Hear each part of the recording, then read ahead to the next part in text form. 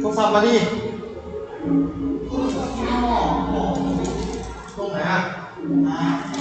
โอ้โหให้กูหาทำอย่างกับกูคนไว้อ่ะ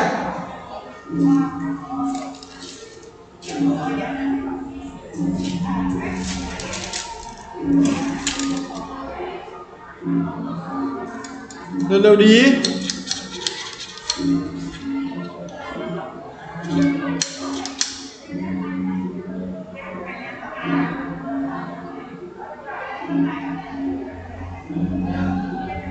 ให้ลงเลยว่ะโยนต่อโคตรเยอะที่เอาต้นไปถ้าทางนั้นมีเอาไปได้ถ้าทางนั้นตรงนี้เอาวางไว้ที่เอาของเราของเราไปเพราะว่าที่เป็นการได้ลำบากโอ้เขาจะได้ลำบากอย่างเงี้ยผมแล้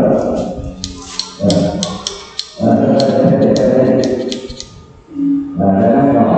อะไรนะทางไทยพวกเราได้เอาไปได้เพราะว่าอันนี้เรามีงานที่เราได้เดี๋ยวถ้าการเราต้องยกไปเลยยกไป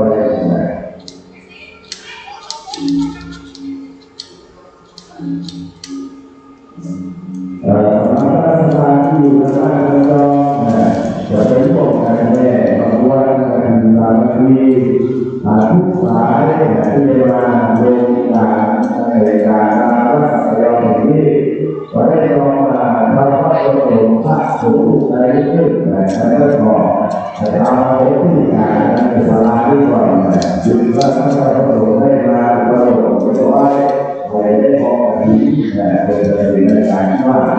อันนี้เขาได้มีการมองถึงว่าอาจารย์มีผู้รู้ในการก่อสร้างเวลาที่มาทำนาภาในการที่เราได้สร้างมาโดยการได้ที่ดีแต่มาที่นึกดีเรา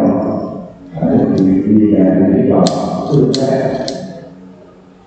เราได้เวลาเร็วๆดีว่าสามารถขึ้นระยะการเวลาเวลา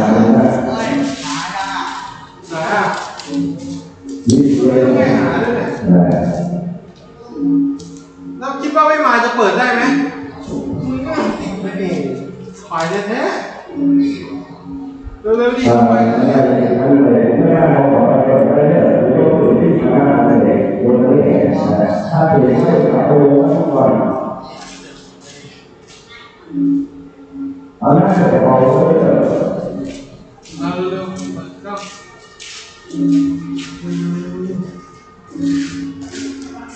โทรศัพท์โอ้โห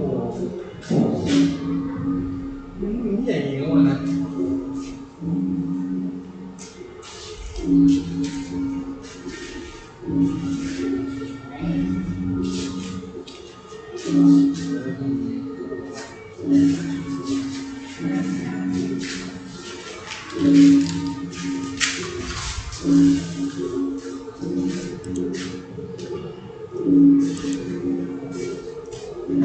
อ้วนปรับให้มันหมุนอัตโนมัติดิลำบากไปเนี่ยมันเสียงมันเข้าแล้วเนี่ยอาจารย์ส่งแล้วเนี่ย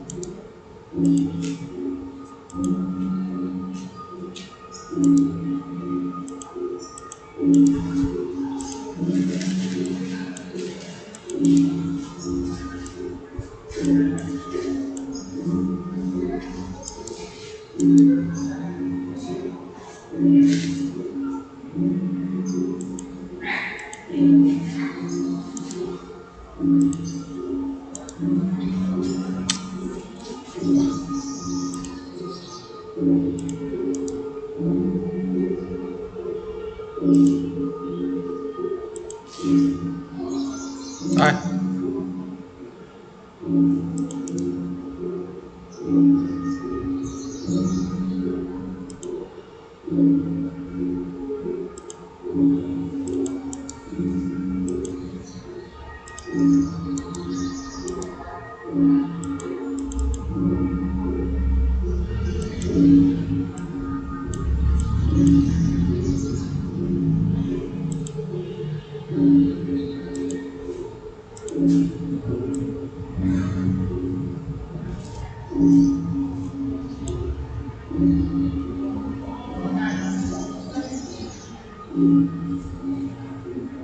อ้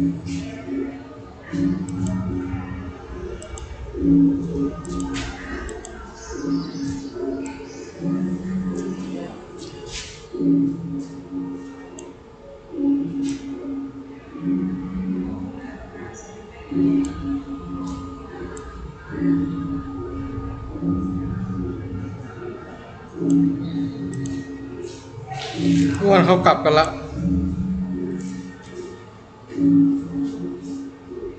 ฮะเสียงเข้าไหมเสียงไม่เข้าเสียงอ้วนอะเข้า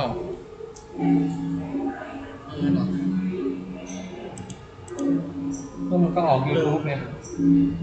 แล้วอาจารย์ก็จะด่าอ้วนพูดอะไรเป็นเราไม่เชื่อลองดูพูดอะไรก็พูดพูดนะนะไงยกกล้องไป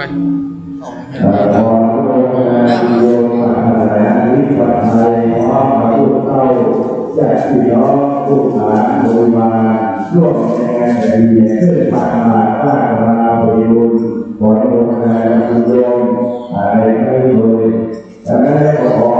บริโภคงานประโยชน์ได้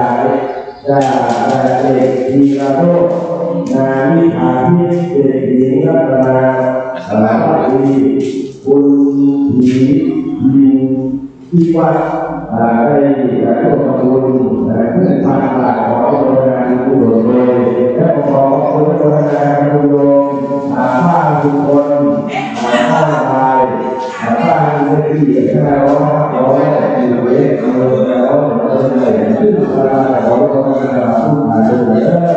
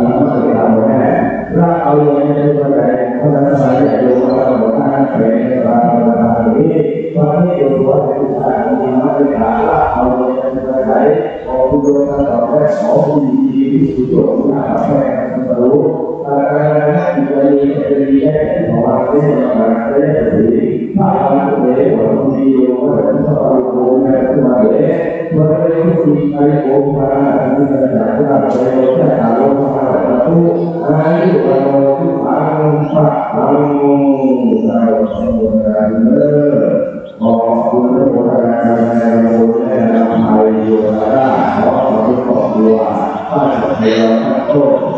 บุญไอ้ตาดีของเราขอทุกคนนะครับขอเชิญได้มาดีในนะคะร่วมทำบุญในการและปฏิบัติที่เพื่อร้อยบาทขอทุกคนนะครับที่อยู่บริเวณ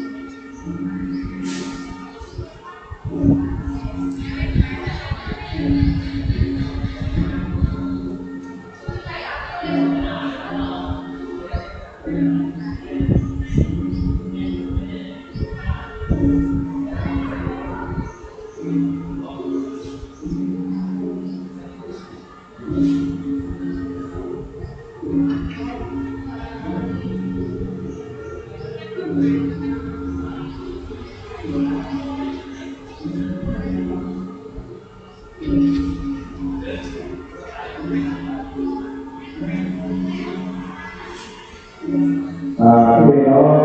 ชาวไทยเอาเงินโต๊ะนะเดือนเดือนที่ว่ามีเยอะนะที่เด็กก็ที่เด็กบ้านนะในเดือนเดือนโต๊ะมาที่จะทำมาเนอะ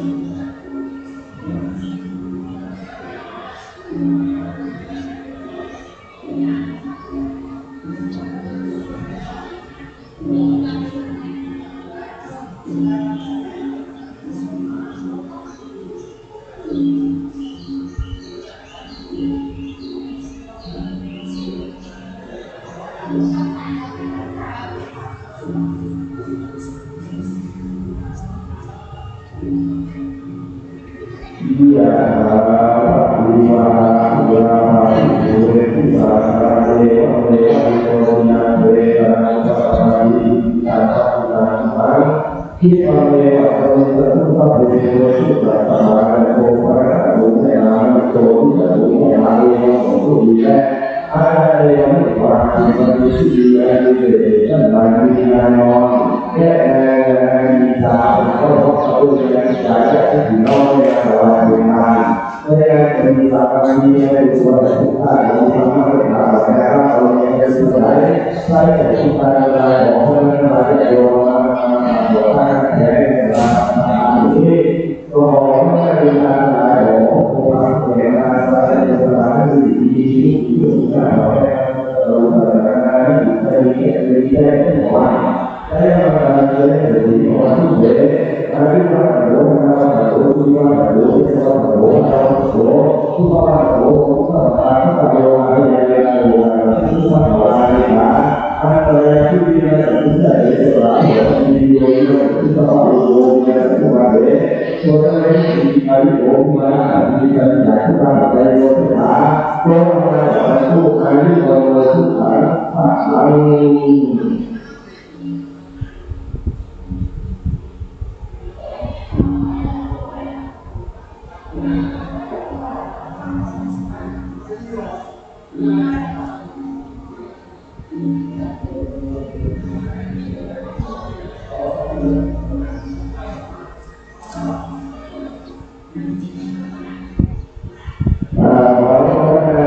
บุญโยมนายมอนนายมีสาว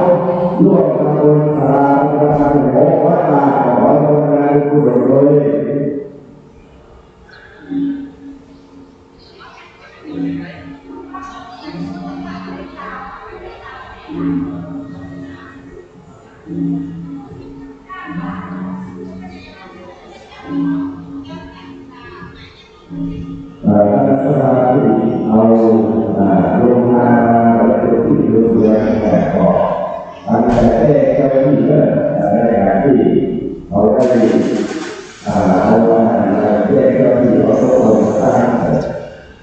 ข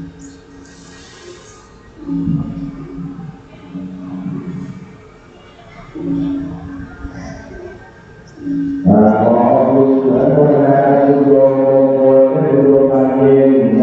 ที่มาในที่เทศทางไทยแต่มาสนใจนะทางน้อยมากขอทุกคนนั้นทุกคนเลยที่มาสายแต่ตัวทั้งหลายได้มาเอาตัวใหญ่มาร่วมสร้างโลกแหวนในสภาพของนี้ได้งานการทำงานแต่ก็ทำเรื่อยๆโดยที่เราได้ทำมีการทำเป็นเทศนั่นแหละอะไรอะไรที่ผมรู้สึกได้ในการทำงานเลยเราว่าเราว่าเราที่เราไปในที่อยู่อย่างผู้บวช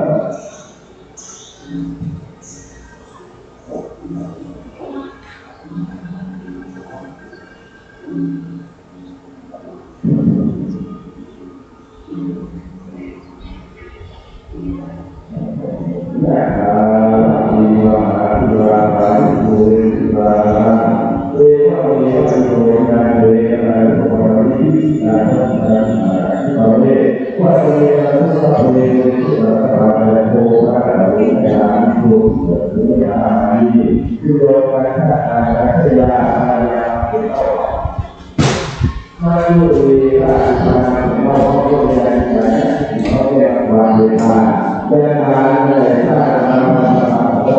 เราที่เป็นที่มันดูดูตามาเป็นตาแม่ถ้าเราเป็นผู้แรงถ้าเราเป็นผู้ดีที่ถูกการทำให้รู้ถ้าเราเป็นอะไรที่เป็นแค่เป็นแค่ที่หัวแต่เนี่ยมาเป็นผู้ที่ว่าผู้ที่เราอยู่ด้วยที่เราอยู่ที่นี่เราที่เราเป็นเราอยู่อะไรก็มาเป็นอะไรที่เราอยู่แต่เราเราผู้อะไรเราผู้อะไรผู้อะไรพอดูแล้วดูดูการพยายามพยายามพอเลยดูมันดูดีที่ว่าทำงานพอเราดูเราก็ถือว่าเราดีที่สุด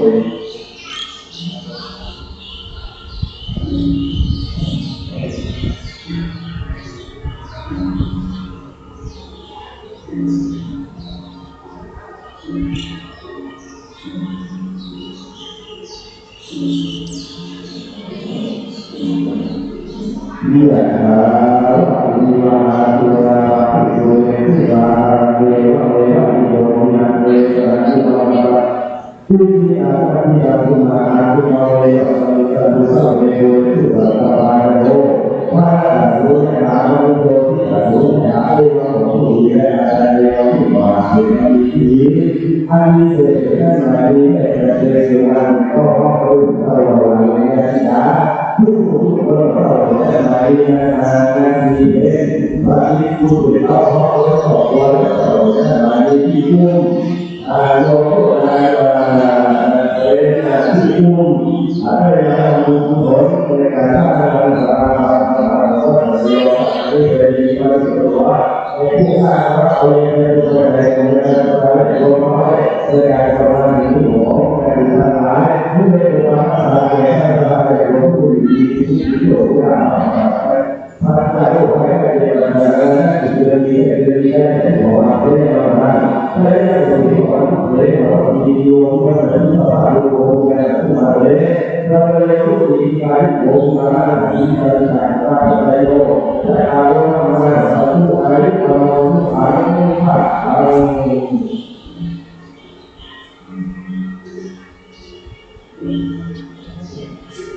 เราเราเนี่ยเป็นเกี่ยวกับเราดูว่าอะไรแบบนี้จะเรื่องอะไรที่มาเข้ามาเราเราดูสุดเลยใช่ของเรานะครับเป็นอะไรที่เป็นปฏิบูรณ์เพราะตัวเราผ่านน้อยมาแล้วเราดูเป็นผู้ดูเอาดูเราดูแม้ว่าเราดูเลย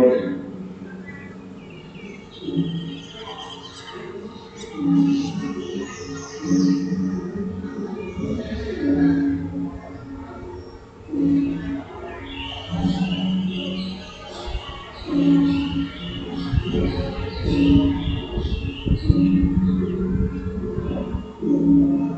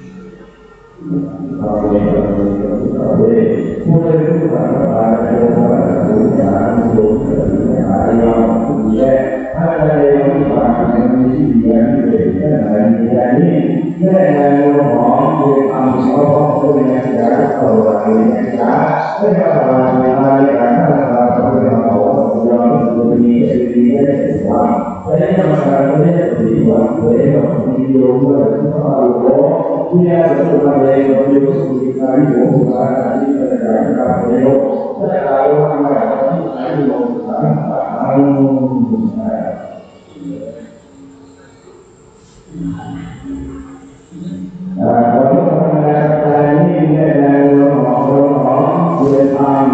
ขอพระผู้เจ้าแม่เราตาเรามาทุกคนเลยแม่เราที่มาดูเราดูเราดูมีโยมงานเด็กเราที่การทำงานคอยทุกวันนี้การดูเราดูเราช่วยกันไปก็ไม่เอาไว้นะถ้าเราจะดูเราเป็นสิ่งที่โยมที่ว่าเราดูงานเราดูบุคคลที่จะทุกอย่างในโลกแต่เราทำงานเราทุกอย่างที่เราทำทุกอย่างถ้าเราหวังว่าเราจะโยมเราดูเราเดินต่อทางที่ตาแล้วเราดูตัวเอง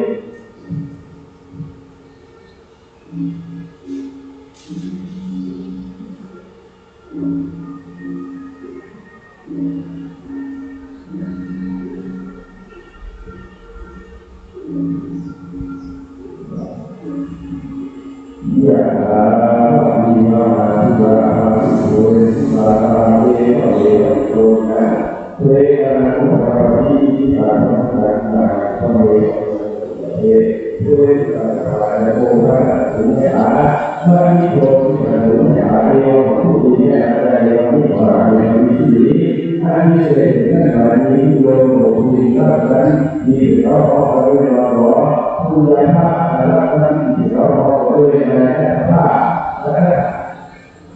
ถ้าพระรักนั้นที่เราเอาไว้ในใจที่เราเอาไว้ในนี้ถ้าเราไปขอพระพุทธเจ้าในการแสดงสุดสีตาที่ไม่ได้ระบายในทางในการกระทำที่เราเป็นคนที่ไม่รู้ว่าไม่ได้ไม่ได้ทำแล้วเราจะได้ไม่ได้ทำอะไรแล้วเราจะรู้ตรงนี้เป็นเรื่องวิโยที่เราต้องเอาโอ้ยเราจะรู้อะไรโอ้ที่ว่าที่เราจะเอาอะไรสู้อะไรเราถามพระเรา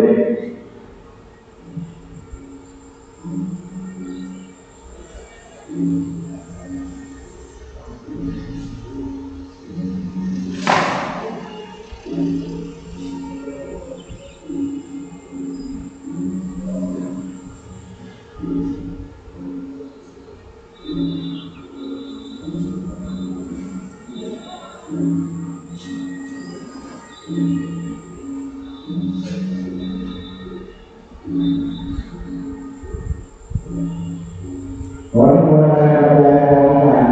ริพรแต่บุตรีเรื่องว่าเราต้องการดูเลย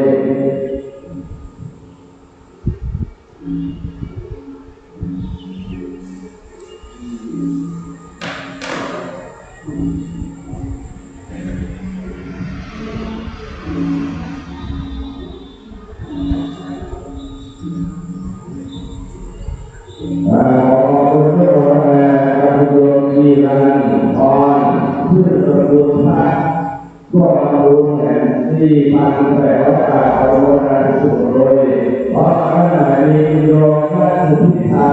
ผู้เป็นบุญพระก็มาบวชขอให้ว่าการเอาเวลาสุดเลยวันวันโยมผ่านพระไม่มีการที่ว่าการเอาเวลาโยมวันนั้น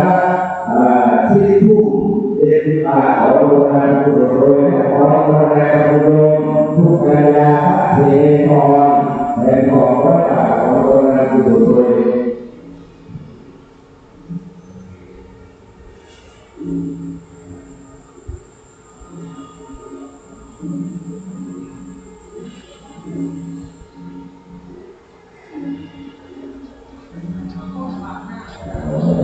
ยะถา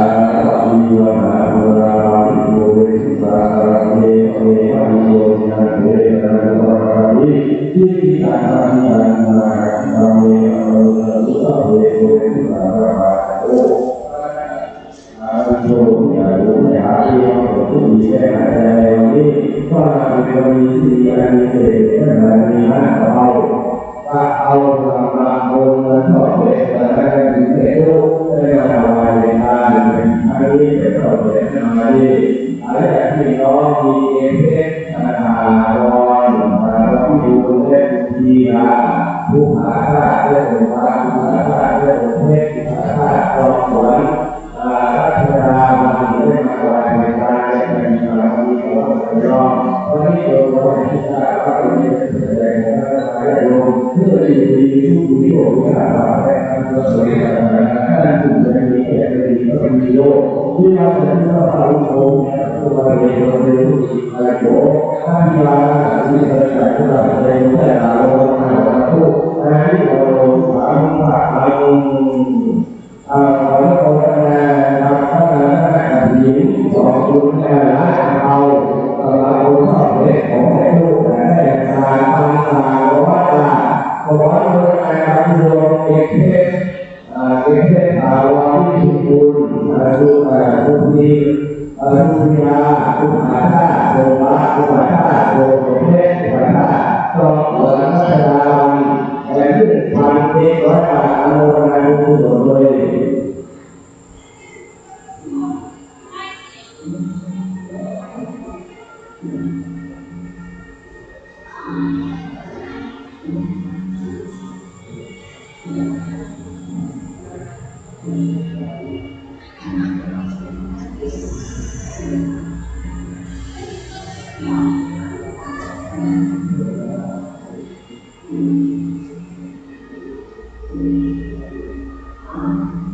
ยุยะถาวิวัฒนาภราภิโยติสาระเตภะเมวะนิโยญาเตนะภราภิยาวิญาณสาระเตวะเสนะโมภะเตตุสาระโตอะระโตญาโยติระโตญาณิโยภะพระยังติพระพระโตยังใจที่น้องก็เรียนนานิโยคุณนะคุณนะเมื่อท่านดูทีเขาพอจะยังการที่เขาได้ระบายในการในการเข้าเราดูทั่วโลกเป็นสารณีว่าเราคือได้มีก็คือว่าในผู้ฆ่าเขาไม่ได้เอาแต่ถ้าเขาเป็นคนใดก็ใช้โอ้เพื่อได้ดีที่สุดผู้ฆ่าแต่ถ้าเราจะมีอะไรก็ดีโอ้ที่เราจะต้องทำโอ้ในที่เราเองก็รู้ที่เราโอ้เราที่เราทำผู้ฆ่าในโอ้ได้เอาเราผู้ฆ่าที่เราพระเราผู้ฆ่าผู้ฆ่าผู้ฆ่าผู้ฆ่าผู้ฆ่าผู้ฆ่าผู้ฆ่าผู้ฆ่าผู้ว่านะครับถึงแม้ว่าเราจะไปรูปเหตุการณ์แต่ถึงก็อะไรที่ไหนอันนี้ก็เป็นว่า ครับเดินเข้าอยู่ได้นะครับทำดีก็ได้ที่ไปแค่ตัดสินนะครับเรียนเรียนนะครับเริ่มจากอยู่ที่หน้าแล้วนะครับเริ่มอยู่ที่หน้าประตูนะครับทำดีก็อยู่ที่หน้าเลยนะครับเพื่อที่จะลงหายบ้างนะครับการเริ่มจากหลวงพ่อพระพุทธรูปอาภรณ์นะครับพระเจ้าว่าวัดระยองอนุโมทนาพระลูกบ้านพระระยองโบราณการเรียนรู้ความรู้ในวันนี้ครับแล้วก็รักษาความรู้ระดับที่โตที่โตแล้วก็เราครับปฏิบัติจากศาสนาโบราณที่ศาสนาอยู่ที่วัดระยองทุกๆนะครับต้องบอกว่าคนที่น้องถ้าเป็นเด็กเราต้องรับทุกท่านนะครับที่ได้มาแต่เราตั้งใจมาแต่ท่านมาทุกการทำบุญทอดกฐินสามัคคีในวันนี้นะครับวันนี้จะมีความประโยชน์มาจะมาร่วมทำบุญช่วงนี้มาทำบุญกับที่นาครในเจ้าว่าเราจะพาตัวอนุปนาที่มาผู้ที่น้องเป็นนักต้นนะครับไปให้ต่อไปประมาณเข้าเงินเพื่อไปได้เรื่องประกอบที่ดีนะครับที่พี่น้องสายต่างๆที่ท่านสาธารณครับมาร่วมกับเพื่อที่เพื่อจะรอนะครับที่สี่วันพักนะครับมาร่วมกับนาสาวนะครับในการพักที่สี่พักนะครับแล้วก็คุณครอบครัวนะครับวันนี้เวลาสามทุ่มนะครับได้ทำบุญมา1 ล้านนะครับให้ได้คุณ2,000 บาทตามตัวร้อยนะครับเราจะทำให้การทำในที่เราเราสามารถที่จะรอของพระพิสุทธิ์ในทุกรูปแล้วจะรอในทุกเวลาท่านให้เราก็ประเทศนะครับที่เป็นเพื่อนมาประโยชน์โดยนะครับอะไรมาร่วมทำบุญโดยก็เราขอให้เราทำพ่อทำพ่อท่านพ่อนะครับดูครับ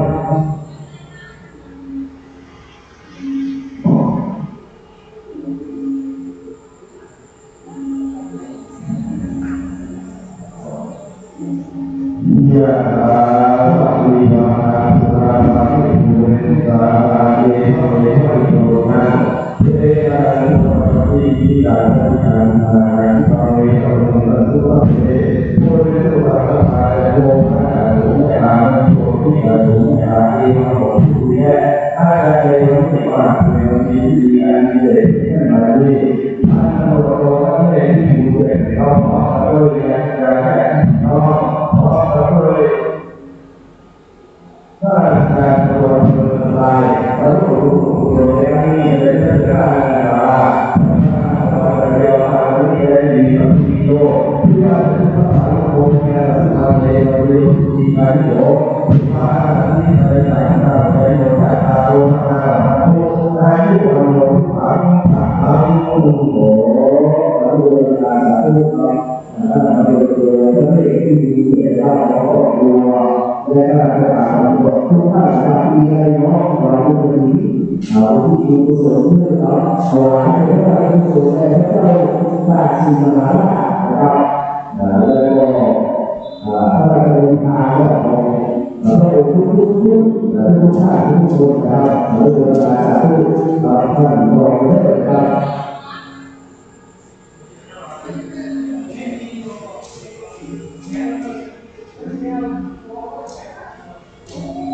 ท่านผู้ชมท่าน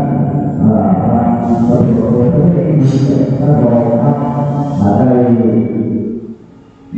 อะไรก็ตามเขาส่งเพื่อปรับปรุงทำที่ดีก็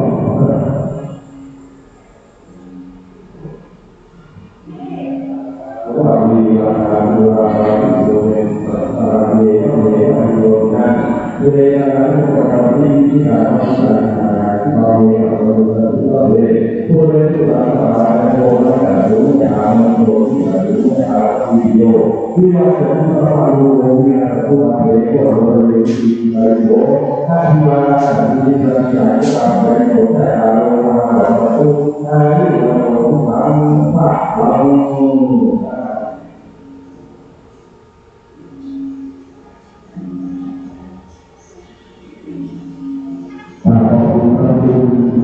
สิ่งภาพก่อนจากเป็นต้นของแผนว่าในเวลาที่จะต้องเป็นที่ขอท่านในเวลาเรื่องว่าถ้าเรานะครับในเวลาเป็นเพิ่มที่ไปก็มีนะครับแม่ถูกสีคาถาของผู้เข้าเหล่านั้นเราเรียกว่าเป็นเรื่องนี้5,500 บาทที่ผู้สูงและผู้สูงบริเวณของลูกน้องในบ้านหาที่มีความพัฒนาในเรื่องนะครับมีความรู้มาเป็นลูกเรียนตลอดชีวิตอย่างว่าที่ทางพระราชาพ่อทองรองพอนั้นอยากเป็นแค่หลวงพ่อเป็นอย่างครูหลวงพ่อเป็นพระลูกเป็นพ่อเรื่องงานเรื่องเป็นสีเรื่องความดีเอวะเอวะเอโยนาเอวะทุกขะปิทุมาทุมาเอวะทุมาเอเพราะว่ามีแค่ตรงนี้ที่ได้อ่านเพราะว่าเราได้เข้าใจในการที่ทุกคนได้เข้าใจในการก่อสร้างมีสามัคคีในการก่อสร้างพระราชาของเราโยมตัดตุเจดีย์ก็มีโยที่ว่าจะทุกข์มาในโอเนียทุกข์มาในเรื่องทุกข์ที่อายุโอที่ว่าที่เราจะผู้ตายในโลกแท้ตาโลกมาแบบทุกอายุวันโลทุกข์ปัจจุบันเป็นประเด็นที่ก็มีแค่โตมีอาหารที่ต้องทำงานก็มีมากแค่ไหนก็ถ้าแค่ขาดแคลนตัวเองก็เป็นสิ่งของทางประเทศนะครับถ้าทำหน้าเรามาในโรงงานตัวเยอะคุณที่ใช้ได้ที่นั้นเราถูกว่าตัดแต่เรื่องที่โรงงานได้ต่างๆเราได้นำไปไว้นะครับที่เขาได้ประกาศเขาแจกกันนะครับวันนี้เป็นการถ่ายทอดนะครับเรื่องยุคของเขาเนี่ยเรื่องของประชาที่ทองเทพพัฒน์เราจะได้มาถ่ายแล้วก็มีการวัดใส่จะทำให้ทำอะไรที่เราเป็นเจ้าแต่ถ้าเราดูยุคที่ถือว่าพระบิดาก็ว่าเขาเป็นอาจารย์ที่ร้อยสี่ห้าสิบจะได้รับไปนะครับก็เป็นขาไอ้ทรงเจ้าที่ทำการอ่านก็อ่านพิมพ์ผ้าอ่านพิมพ์เสือแล้วพิมพ์เสือแล้วพิมพ์ผ้าเพราะบางพวกเพื่อนเรื่องนี้นะครับเรื่องของเรื่องนาเรื่องของบางพวกของแต่ว่าพอนะครับก็เราพูดในการพูดนะครับในการพูดการสาธุที่ที่นะที่ได้ไปรอนะครับคุณผู้ชมของเราคุณหน้าคุณผู้ชมก็คุณผู้ชมเราคุณผู้ชมคุณหน้าคุณผู้ชม200 บาทนะทุกท่านทุกคนเอาตั้งที่ฐานก็เยอะนะครับสาธุเด้อนะครับเรื่องการสาธุบริการเรื่องที่ไหนเลย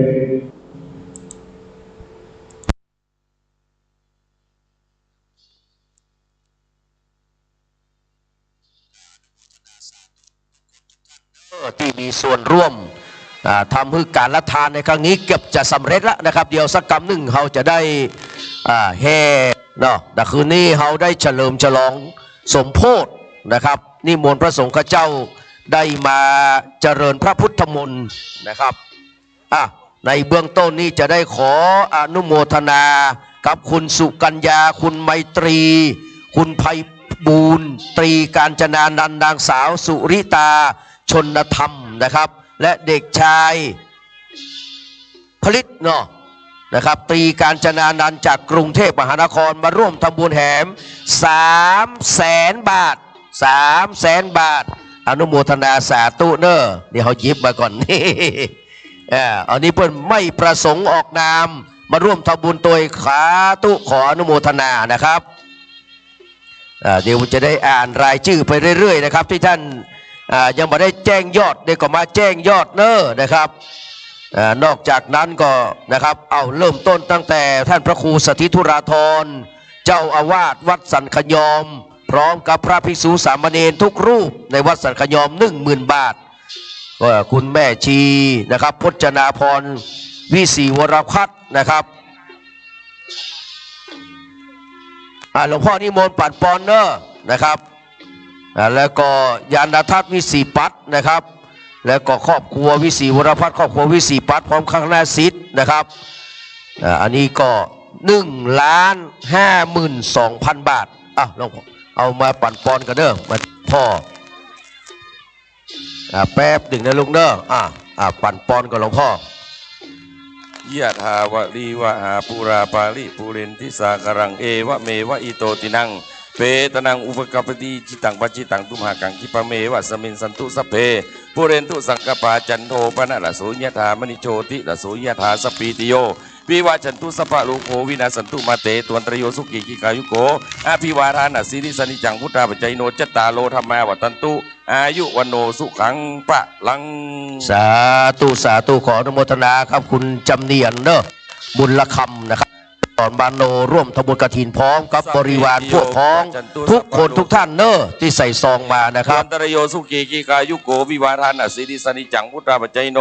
จตารโรธรรมาวัตันตุอายุวันโนสุขังปะลังอนุโมทนากับศิษยานุศิษย์นะครับปูจาธรรมหลวงพ่อธรรมชโย79 ปีนะครับอนุโมทนา 100,000 บาทมาร่วมทำบุญกฐินในครั้งนี้ครบ 5,000 วัดหรือยังจ๊ะกำลังจะครบนะครับเจอกันหลายครั้งหลายที่นะครับคณะศิษยานุศิษย์นะครับเปิดตั้งปณิธานไว้ 5,000 วัดทั่วประเทศนะครับก็แบ่งขยายกันไปนะครับวัดก็บ่ลืมวัดสันขยอมต้องกราบนมัสการขอบพระคุณในเมตตาปรมีธรรมในพระเดชพระคุณหลวงพ่อพระเทพยานมหามุนีพ่อปิบุธรรมชโยจากวัดพระธรรมกายนะครับกราบนมัสการขอบคุณอย่างยิ่งนะครับเดี๋ยวสำหรับสายกฐินนะครับไปดูเก้าอี้ข้างบนนะครับเราจะมีขีดชื่อไว้เก้าอี้จะระบุตัวข้างบนชั้น2นะครับของศาลาปฏิบัติธรรมนะครับอาสภะเถระนุสรนะครับหลวงปู่นะครับ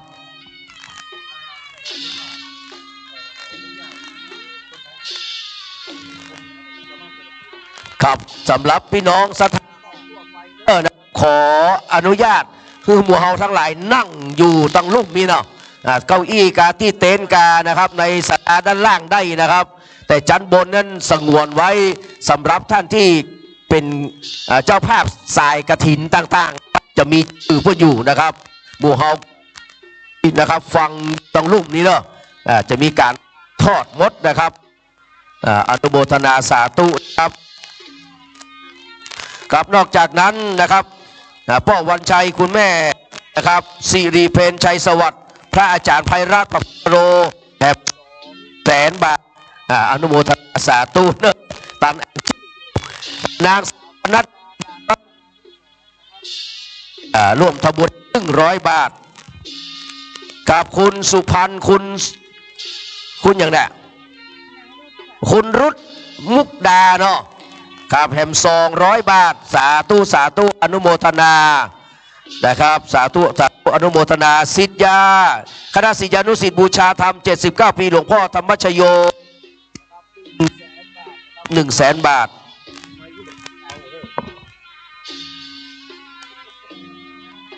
กับคุณแม่สิริประภานิ่มกิติกุลครับจากบริษัท Advanced Know-how จำกัดกรุงเทพมหานครและคุณสุกัญญาคุณไมตรีคุณไพบูลย์ตรีการจนานันท์นางสาว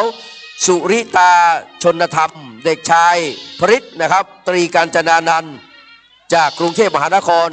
300,000 บาทนะครับอนุโมทนาสาธุเนอะ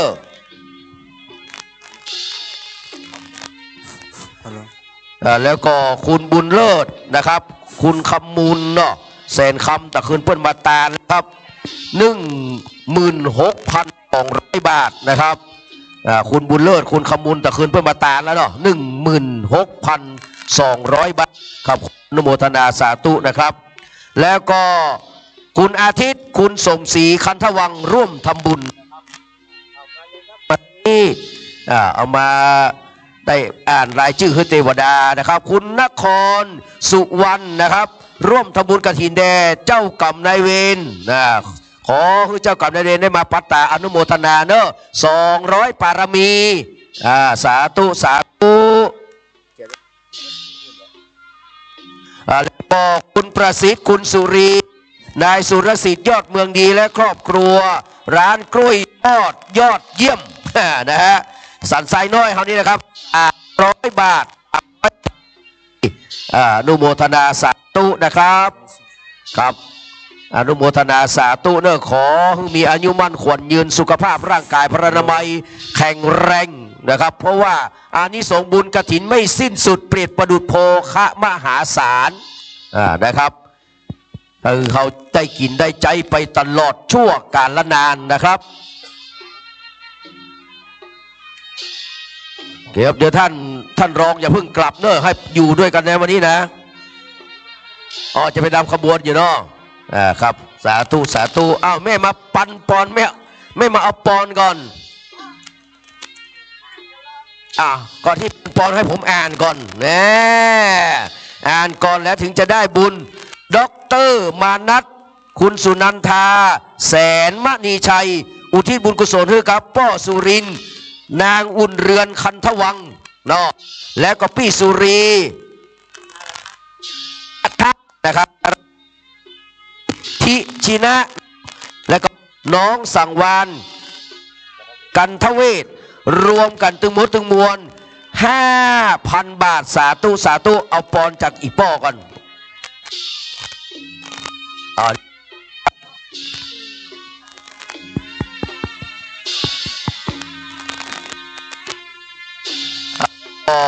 คุณนพ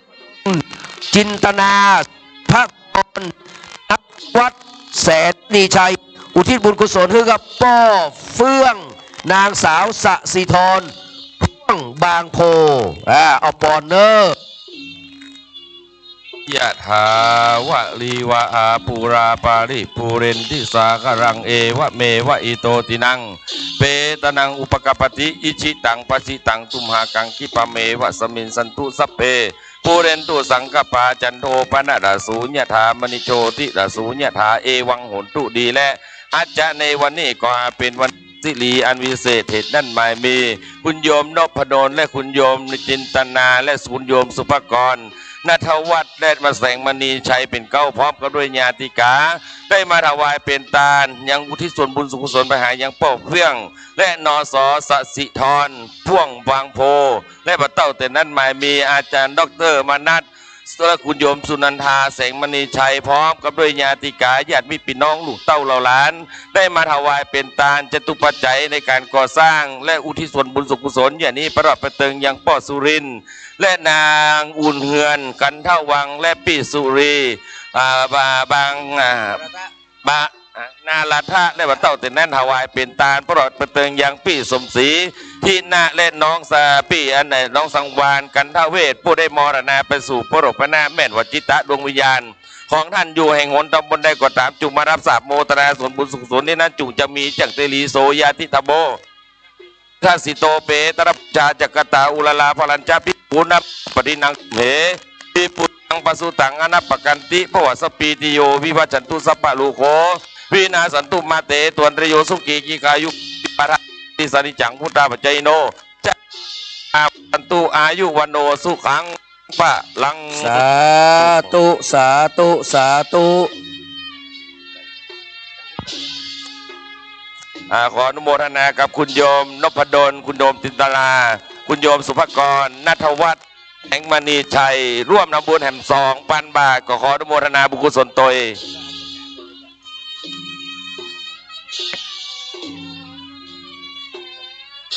อนุโมทนากับ ท่านด็อกเตอร์นะครับของครอบครัวเนอะและการครูบาอาจารย์แล้วก็อีแม่ตัวเนอะอายุมันขวัญยืนแม่อยู่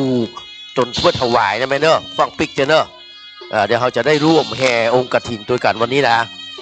นะครับอนุโมทนาสาธุญาติพี่น้องที่เขาตามหาตอนนี้ได้รับบุญกุศลเรียบร้อยแล้วนะครับเรียนเชิญนะครับใครจะมาทำบุญช่วงนี้เนอะนะครับหลวงพ่อพระครูสถิตธุราธรได้อยู่ปั่นปอนให้บรรดาพระพี่น้องเนอะต้นกฐินอยู่ปุ้นครับนี่ก็คุณโสรยาใสสาเนาะคุณโสรยาครับโสรยาใสสามีชื่ออยู่แล้วนะครับพอท่านเลยครับพร้อมกับคุณประพงศ์คิดถูกนะครับอันนี้เพิ่นมาร่วม 20,000 บาทนะครับอนุโมทนาเนอะอนุโมทนาครับคุณรัชนาผาติยาวงศ์พร้อมลูกเต้าเหล่าหลานร่วมทำบุญกฐินในวันนี้120 บาทนะครับของมีคนยืน120 วาสาเนอะ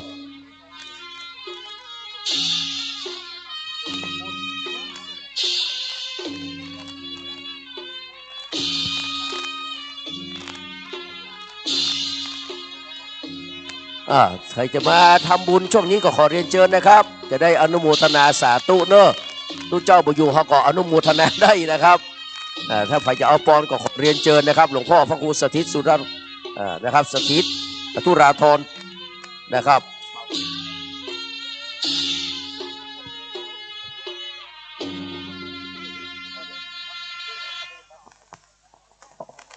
อันนี้ชื่ออย่างครับเดี๋ยวคือสามเณรเขียนชื่อได้จะประกาศคือเนอะเอาซองคือแม่เอาซองคือพี่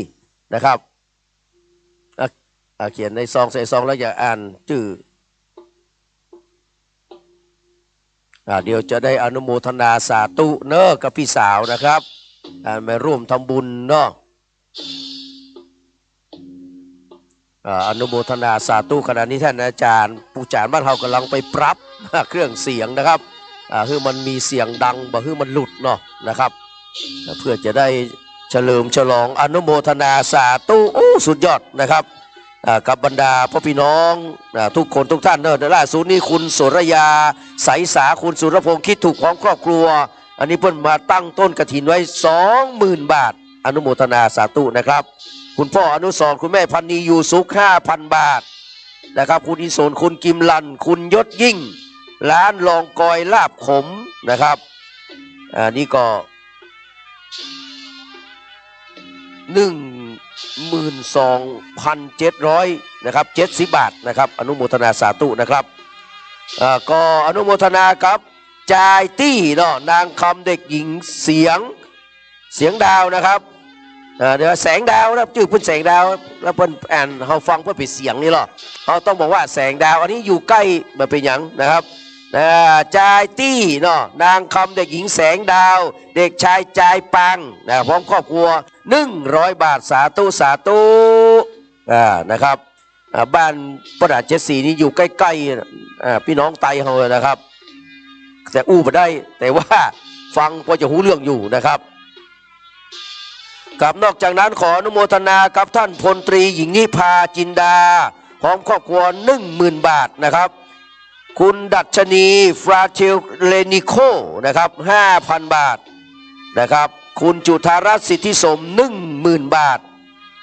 นะครับแล้วก็พระครูวินัยธรอธิราชขันติพโรนายเนทุนนางคำองค์เนาะเด็กหญิงอรวรรณ4,000 บาทนะครับ 4,000 บาทอนุโมทนาสาธุนะครับครูใหญ่เสมิง 2,000 บาทแม่กัลยาแซ่เตียนะครับแม่กิมไนชาญบรรยงอันนี้ 10,000 บาทนะครับ 10,000 บาทแล้วก็ครับสำหรับโรงทานมาแล้วอย่าเพิ่งเปิดนะครับครับอยากกินมากินข้าวต้มนะครับข้าวต้มที่ทางด้านหลังให้นะครับครัวตาลฟังเปิดที่นี่รอตู้เจ้าปั่นปอนแล้วก็ทำพิธีให้เสร็จเรียบร้อยส่วนโรงทานน้ำก็เปิดไปเรื่อยๆมาเป็นหยังแต่ว่าโรงทานอาหารอย่าเพิ่งเปิดเพราะนะครับมันมีนักล่าเยอะอีกเรื่องง่ายๆนะครับเดี๋ยวคนทำงานจะมาได้กินนะครับมากินข้าวต้มก่อนนะครับมากินข้าวต้มก่อน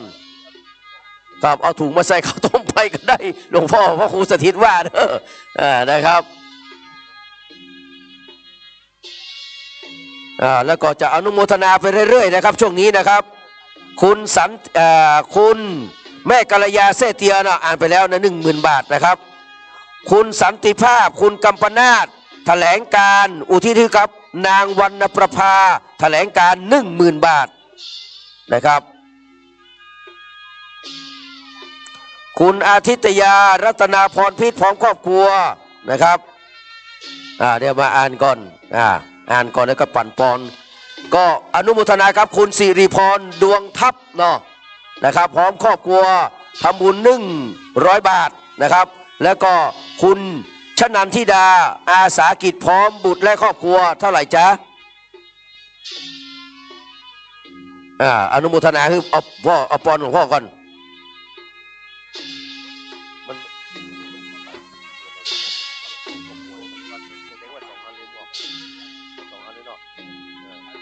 แล้วก็คุณกรไกรขันยอดพร้อมครอบครัวและนะครับบริษัทสยามแอปโปรเนาะ30,000 บาทนะครับ30,000 บาทอันนี้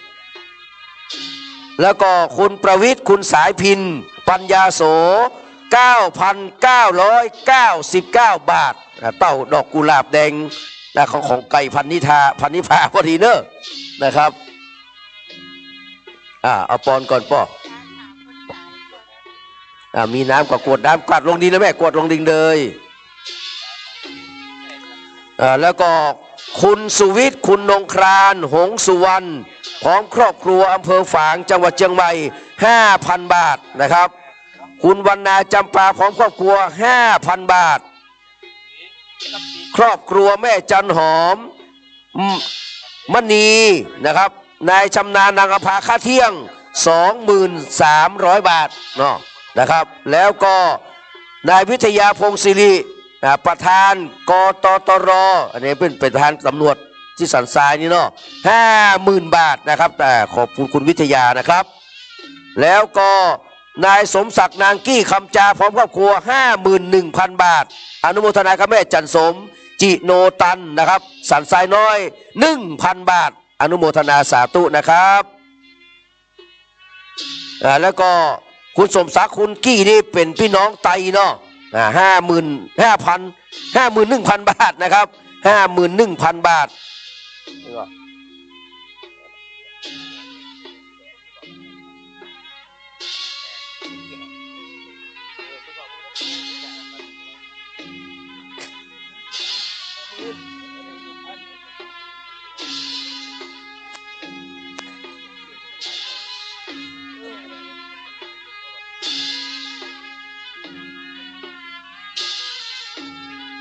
นายสมบูรณ์นางพวงทองนางสาวมาทิตาคำฟู 5,500 บาทอันนี้มันถูกนะครับจะได้ว่า 5,100 บาทแล้วก็คงสมศักดิ์มากี้กี่เนาะนะครับแต่ประธานกตรนี่ 50,000 บาทเนาะครับอนุโมทนาสาธุเนาะถ้าอ่านผิดกราบขอสุมาอภัยนะครับคนเขียนไม่ได้อ่านคนอ่านไม่ได้เขียนนะครับพ่อสำราญแม่จันดีโยธาราช 10,000 บาทคุณจรัญคุณสุนีสุภาษี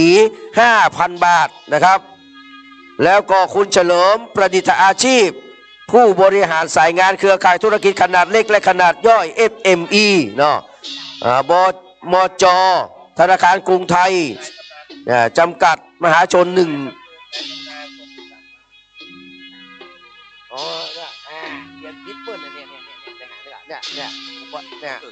ขอแก้ใหม่เนอะขอแก้ใหม่ครับขออนุโมทนาครับ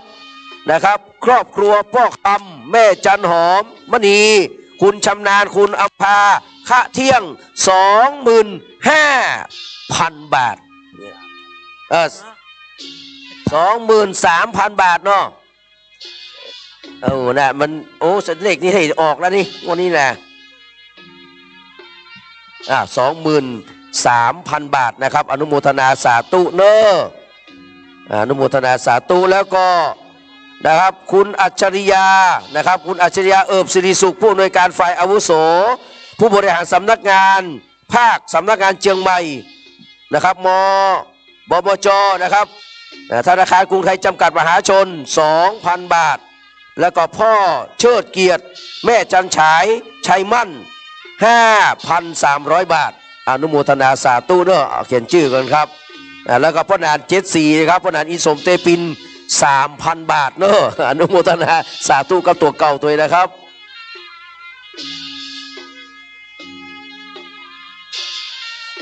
ครับรอแป๊บหนึ่งนะครับ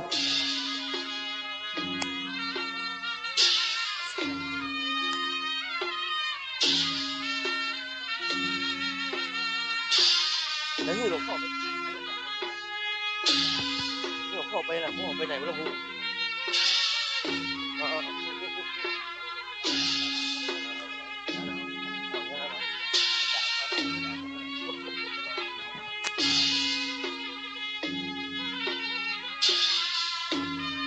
เดี๋ยวเราจะได้อ่านรายชื่อแห่งรอบหนึ่งครับถ้าตัวเลขของท่านใดที่ผิดมานะครับมาแก้ได้เลยเนอะนะครับมาแก้ได้เนอะครับเพราะว่ายังไม่แน่นอนเดี๋ยวเขาอ่านแห่งคำหนึ่งนะครับ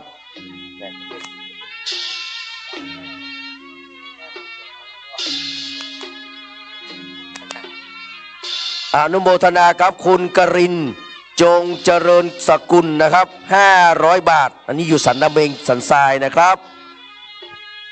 กับอนุโมทนาสาธุการครับทุกคนทุกท่านเนอะไม่อธิษฐานได้ที่ผมอ่านนะครับเดี๋ยวผมอ่านเนอะเอามาขออ่านก่อนสอบบอกจำนวนเงินตัวเนอะนะครับกับวันนี้เป็นการละทานตรงกับวันอาทิตย์ที่19เป็นวันดีสลีใจยโจกอย่างยิ่งเลยนะครับวันนี้นะครับแม่ขออนุโมทนาครับขอบคุณจารีรัตน์คงดีและครอบครัวร่วมทำบุญทอดกฐิน200 บารมีนะครับอนุโมทนาสาธุอนุโมทนากับคุณสุรินดาคำคิดคุณจิราภาสุธาโนนะครับร่วมทำบุญสร้างอาคารปฏิบัติธรรมสาธุ100 บารมีนะครับแล้วก็อนุโมทนากับนางสาวนิชานันท์ดุมเพชรนะครับนายรัฐวิสากิติกุลนางรัชยาพิมสารพร้อมครอบครัว200 บาทอนุโมทนากับนางสาวสายฝนอินตรัตน์นางสาวดาวเรืองอินตรัตน์และนางสาวฟ้าใสอินตรัตน์หมู่บ้านรีเจน2นะครับ300 บาทสาธุเทวดาได้มาประกาศรับทราบอนุโมทนาแม่พระธรณีได้มาเป็นสักขีพยานในครั้งนี้เรียบร้อยแล้วนะครับจะได้รับบุญกุศลเหมือนกันทุกคนทุกท่านเนอะพยายามมาได้กินข้าวนะครับมากินข้าวต้มเนอะยาคูพัชกะนะครับข้าวต้มนะครับยาคูพัชกะแปลว่าข้าวต้มแม่ครัวเขาเตรียมไว้หลายหม้อขนาดนะครับเพราะนาน74กินเรียบร้อยละอิ่มท้องไปแล้วนะครับเดี๋ยวเขาจะดูตัวเลขที่ชัดเจนของคำนอกนะครับต่ออย่างของแม่ชีนี่ก็1 ล้านนะครับ52,000 บาทมาเลยครับเรียนเชิญเลยครับนี่เป็นต้นของคุณสุขเสถียรพยอมยงคุณนงลักษ์มุกดาและนางสาวรุ่งนภาเครืออย่างครับเนี่ยเครือทองจำนวนเงิน 1,500 บาทเอาปอนเนอร์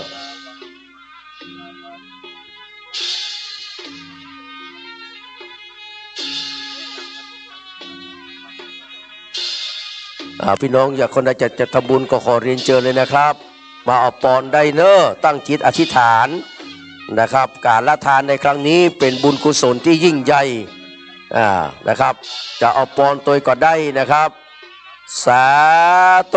ธุอนุโมทนาครับคุณสุขเสถียรพยอมยงคุณนงลักษ์มุกดานางสาวรุ่งนภาเครือทองครับ 1,500 บาทสา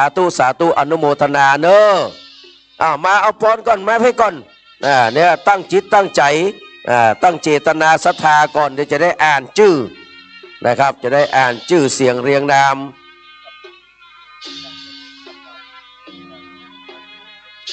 กับอนุโมทนาครับคุณเกตวลีวรพลึกนะครับ500 ปารมี สาธุสาธุสาธุอนุโมทนากับคุณเกตวลีเนอะกับอนุโมทนากับนายวีนางแสงลูแม่ผู้เนาะและน้องชานนท์แถม100 บาทสาธุสาธุสาธุ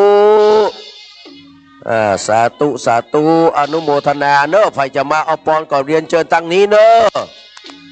ถ้าตู้เจ้าไปอยู่จานก็จะปั่นปอนฮื้อ อนุโมทนาสาธุเนอะกลับมาเลยครับนี่เอาปอนก่อนเอาปอนก่อนไอศครีมพ่อค้าไอศครีมไผ่ทองเนาะพ่ออินสารสิงห์นะครับ60 ปารมีนะ60 ปารมีสาธุเด้อพ่อเนาะขอขายไอติมเสี่ยงเวยๆเนาะโอ้เอาไอติมมาเลี้ยงพระสงฆ์ตัวเอาสาธุเด้อพ่อเนาะขอให้ร่มเย็นเป็นสุขนะเย็นเหมือนกับไอติมนะพ่อเนาะไอติมไผ่ทองไปสนับสนุนอุดหนุนได้เนอะพ่อนะครับขอบพระคุณครับอนุโมทนากับคุณนะครับนางสาวอุบลพันธ์สารจัดเนาะสารขัดกับแล้วก็คุณธีรคนทองดีร่วมทำบุญผ้ากฐินนะครับ126 บาทสาธุเนอะครับอุบลพันธ์นะครับเอาอีกพ่อเขียนชื่อก่อนอนุโมทนากับนายองนะครับนายมงทั้งครอบครัวนะครับ100 บาทนะครับเล่เข้ามานะพี่น้องศรัทธาสาธุชนนี่เป็นช่วงพิเศษนะถ้ามาตอนที่เพื่อนทำพิธีแล้วได้ปอนยากนะครับตอนนี้ได้ปอนเต็มที่ไอ้พ่อเขียนชื่อครับพ่อเขียนชื่อก่อนนะครับอนุโมทนาสาธุกับทุกคนทุกท่านเนอะขณะนี้เขากำลังแห่ต้นกฐินมานะครับอนุโมทนาสาธุเนอะใครจะมาร่วมทำบุญโดยตอนนี้นะครับจะได้ร่วมสมทบทุนสร้างศาลาปฏิบัติธรรมนะครับสภาเถรานุสรณ์อนุโมทนากับร้อยตำรวจตรีเนาะกับประสิทธิ์คุณสมสายนะครับเวียงแก้วนะครับ500 ปารมีนะพ่อเนาะสาธุสาธุสาธุบุญปกปักรักษานะครับอนุโมทนาสาธุเนอะท่านผู้หมวดนะครับได้มาร่วมทำบุญกับครอบครัวนะครับครับอนุโมทนาใครไม่ได้กินข้าวแล้วข้าวต้มเนอะแม่ครัวพร้อมบริการนะครับไอ้พ่อเอาปอนกันพ่อถวายที่หลวงปู่นี่ หลวงปู่จะได้ปั่นปอน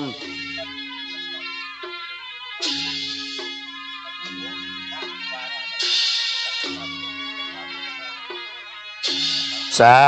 ธุสาธุขออนุโมทนาครับคุณทวีคุณจำเนียนครึกสารนะพ่อเนาะนะครับ99ทับ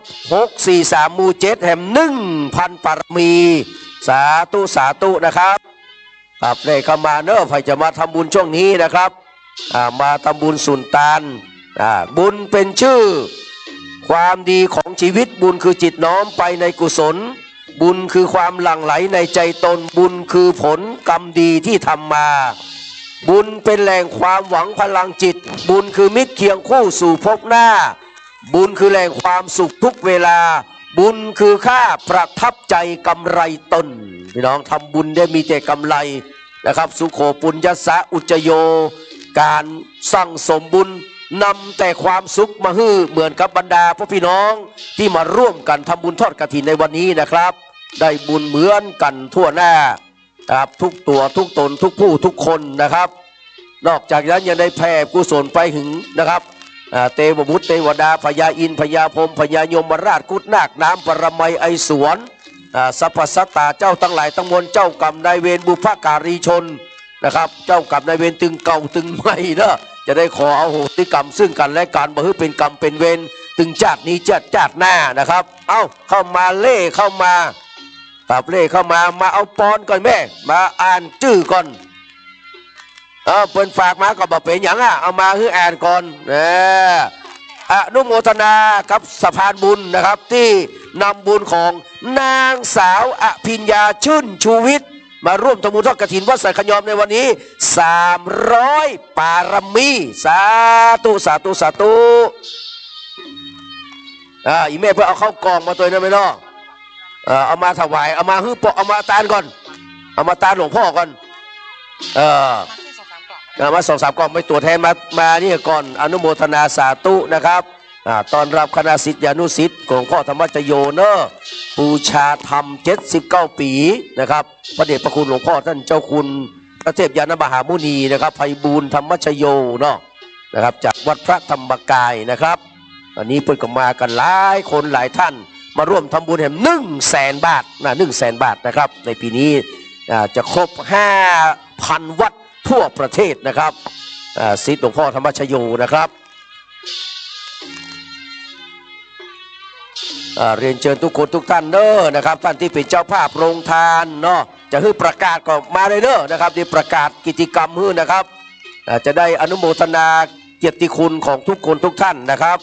อีแม่มาทางนี้ก่อนนะครับอีแม่มาทางนี้ก่อนจะได้อนุโมทนาสาธุกับอีแม่เนอะสาธุสาธุณบัดนี้เชิญแม่พระธรณีมาเป็นสักขีพยานที่แม่เป็นจันทร์สุรินทร์แก้วพร้อมครอบครัวและคุณพรทิพย์พร้อมครอบครัวร่วมทำบุญนะครับในส่วนของคุณพรทิพย์พร้อมครอบครัวร่วมทำบุญ500 ปารมีกับของแม่เพ็ญจันทร์200 ปารมีสาธุสาธุบุญปกปักรักษาในแม่เนอมีสุขภาพร่างกายพรรณนามัยแข็งแรงสมบูรณ์ปราศจากสรรพภัยพิบัติอุปัตวันตรายทั้งหลายจะได้มากล้ำกลายมีแต่โชคลาภวาสนาไหลมาเทมาเนอสาธุสาธุสาธุนะครับกลับมาเลยครับมาเขียนชื่อครับบ่ต้องอายว่าเงินจะน้อยสักใดที่บาทอยู่ที่เจตนาตุ๊กตาตาลบาทเดียวได้เป็นเศรษฐีนะเพราะนั้นอานิสงส์ของกฐินนี้นับประมาณมาได้อยู่ที่เจตนามโนปุพังขมาธรรมามโนเศรษฐามโนมยาสภาพทั้งหลายมีใจเนาะเป็นหัวหน้ามีใจเป็นประธานสำเร็จแล้วด้วยใจถ้าตั้งใจดีมีชัยไปกว่า100%แล้วนะครับเพราะฉะนั้นมาถึงแล้วจิตเขาตกอยู่นี่เรียนเจอเลยนะครับเขียนชื่อก่อนเนอะพี่คนงามเนอะเขียนชื่อก่อนนะครับเขียนชื่อเขาจะได้อนุโมทนาประกาศคือ16 จันฟ้า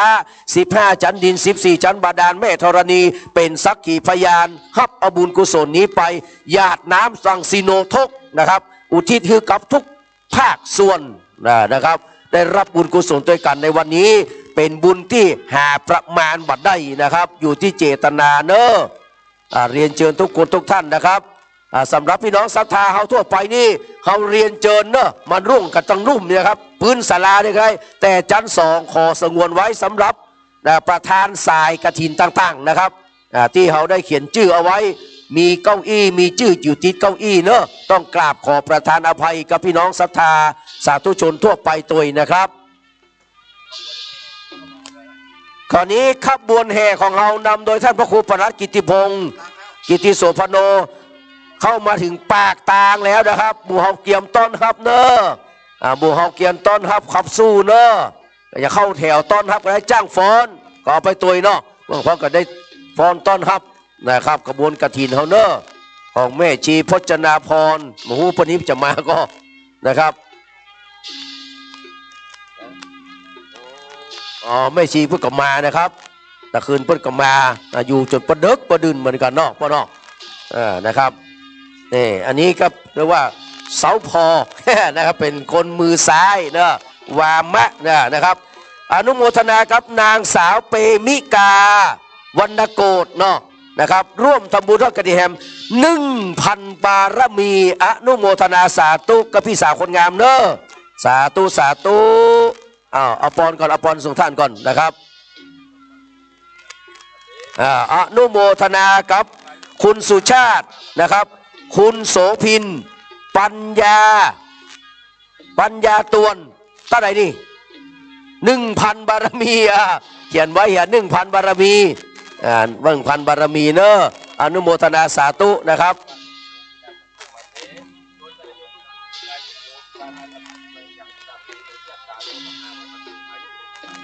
สาธุสาธุสาธุอนุโมทนากับแม่พลอยศรี ดาวเรืองบ้านสักยอม200 บาทนะครับ200 บารมีนะครับแล้วก็คุณนวลอนงเครือทองพร้อมครอบครัว200 บารมี แล้วก็เด็กหญิงจัญญาพรฟองคำนายวรพลฟองคำสันทรายน้อย100 บารมีสาธุสาธุบุญรักษาเทวดาคุ้มครองไปทางไหนแต่จะมีแต่ความสุขกายสบายใจเนอะอนุโมทนาครับเด็กหญิงธนพรลุงซอ80 บาทนะครับเด็กหญิงกิติพรนองเงินเด็กหญิงพัชรพร40 บาทแล้วก็นางนนทิชาโลชาเหมืองแก้วนะครับแม่แก้วมาริมนะครับ100 บาทอนุโมทนาสาธุนะครับอนุโมทนากับลูกหลานของแม่อุ้ยแปงทองสว่างพ่ออุ้ยแปงลูกหลานอุ้ยแปงทองสว่างกู้ผู้กู้คนนายบุญศรีนางสุทัศนีเนาะนะครับจากแก้วพร้อมครอบครัวเอาเข้ากล่องมาร่วมทำบุญแล้วก็เงินในที่เท่าไหร่จ๊ะอ๋อรวมกันเดียวแค่หนุกนับกำนับเลยนับเขียนชื่อให้อ่ะแล้วก็นางสาววันวิสาทองสว่างนางพันนีแก้วคำแดงแล้วก็นางสาวสุนทรีพรเพชรเมืองนะครับอันนี้100 บารมีเนาะโอ้สาธุสาธุนะครับเขาเรียกว่าเป็นลูกเต้าหลานของนางวิสาขามหาอุบาสิกาเนอะเอาจานแบนกลับคืนไปหรือว่าแบนเขาก็เอาไว้นี่ก็ได้แม่สาธุสาธุ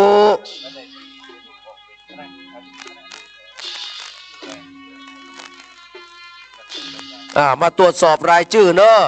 คุณสุกัญญานี่เพิ่ง30,000ไม่ใช่เหรอเนาะ300,000เนี่ยพร้อมคณะนี่300,000นะครับ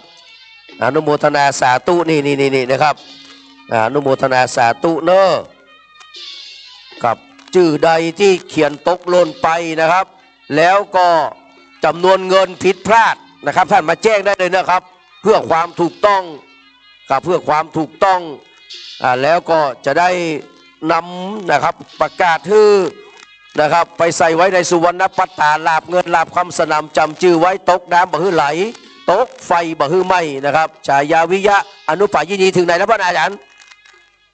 หน้าป่าจ้าแล้วตอนนี้ครับใกล้เข้ามาทุกทีแล้วก็ขบวนกฐินสามัคคีมหากุศลประจำปี 2566 นะครับนำโดยแม่ชีนะครับพจนาพรวิศรีวรพัฒน์นะครับ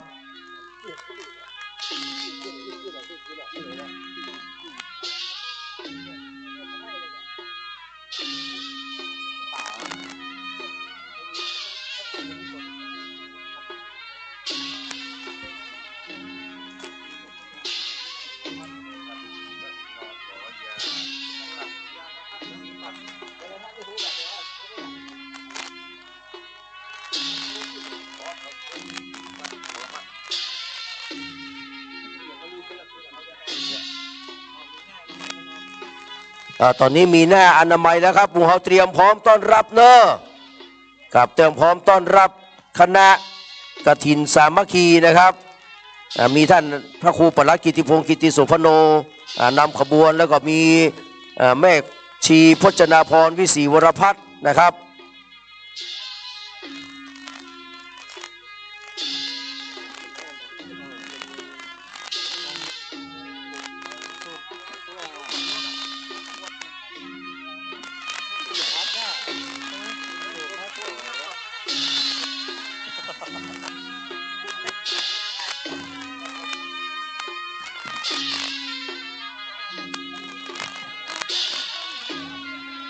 เอาเลยครับมาเลยครับอนุโมทนากับไกด์ใบเนาะไกด์ใบไหนนายจุมพลโม่อ่อนนางยิงลุงตะร่วมทำบุญเท่าใดลูกเนี่ยจะได้เปิดก่อนเห็นเนาะเท่าไร300 บารมีเขียนชื่อเหรออนุโมทนาสาธุเนอะพี่น้องไตเฮานะครับมาจากเราดิมาจากลูกที่เรามาอยู่นี่บ่ได้โอ้สาธุสาธุเอานี่เลยครับที่นี่เลยครับผมอนุโมทนากับคุณพงศักดิ์บุญบัวหลวงเอี่ยมสะอาดพร้อมลูกหลานถวายทานสร้างศาลาปฏิบัติธรรมอุทิศไว้ไปหน้าจำนวนเท่าไหร่จ๊ะ300 บารมีสาธุสาธุสาธุ กับ300 บารมีนะครับเรียนเชิญเนอะใครจะร่วมทำบุญนะครับนะครับก็คือบุญช่วยปกปักรักษาบุญคุ้มครองนะครับไปทางใดก็มีแต่ความเจริญรุ่งเรืองนะครับอนุโมทนาเนอะเรียนเชิญนั่งก่อนครับนั่งก่อนนั่งก่อนเนอะมารับซองเขียนชื่อให้เรียบร้อย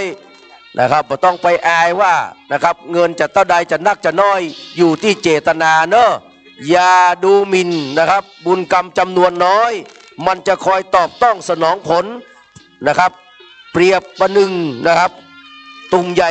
ในสายชนเนาะนะครับย่อมเต็มล้นด้วยอุทกที่ตกลงครับอนุโมทนาครับคุณมนูนศักดิ์เนาะมนูนศักดิ์คุณนิตยาพร้อมครอบครัวภูวสิรินันท์นะครับ500 บาทนี้จากวัดเกตนะครับอนุโมทนาสาธุนะครับเขียนชื่อให้เรียบร้อยนะครับจะได้นำชื่อของท่านทั้งหลายไปใส่ไว้ในสุวรรณปัตตาลาบเงินลาบคำเนอะนะครับตกน้ำบ่ฮือไหลตกไฟบ่ฮือไหมชายาวิยะอนุปายินีนะครับมีแต่เงินคำไหลมาเทมามีแต่โชคลาภวาสนาปารมีนะครับบ่มีที่สิ้นสุดนะครับเปรียบประดุจโภคามหาศาลนะครับจะได้กินได้ทานนะครับเลี้ยงดูแลตัวเก่าตัวเองนะครับนี่ได้2อย่างนะครับ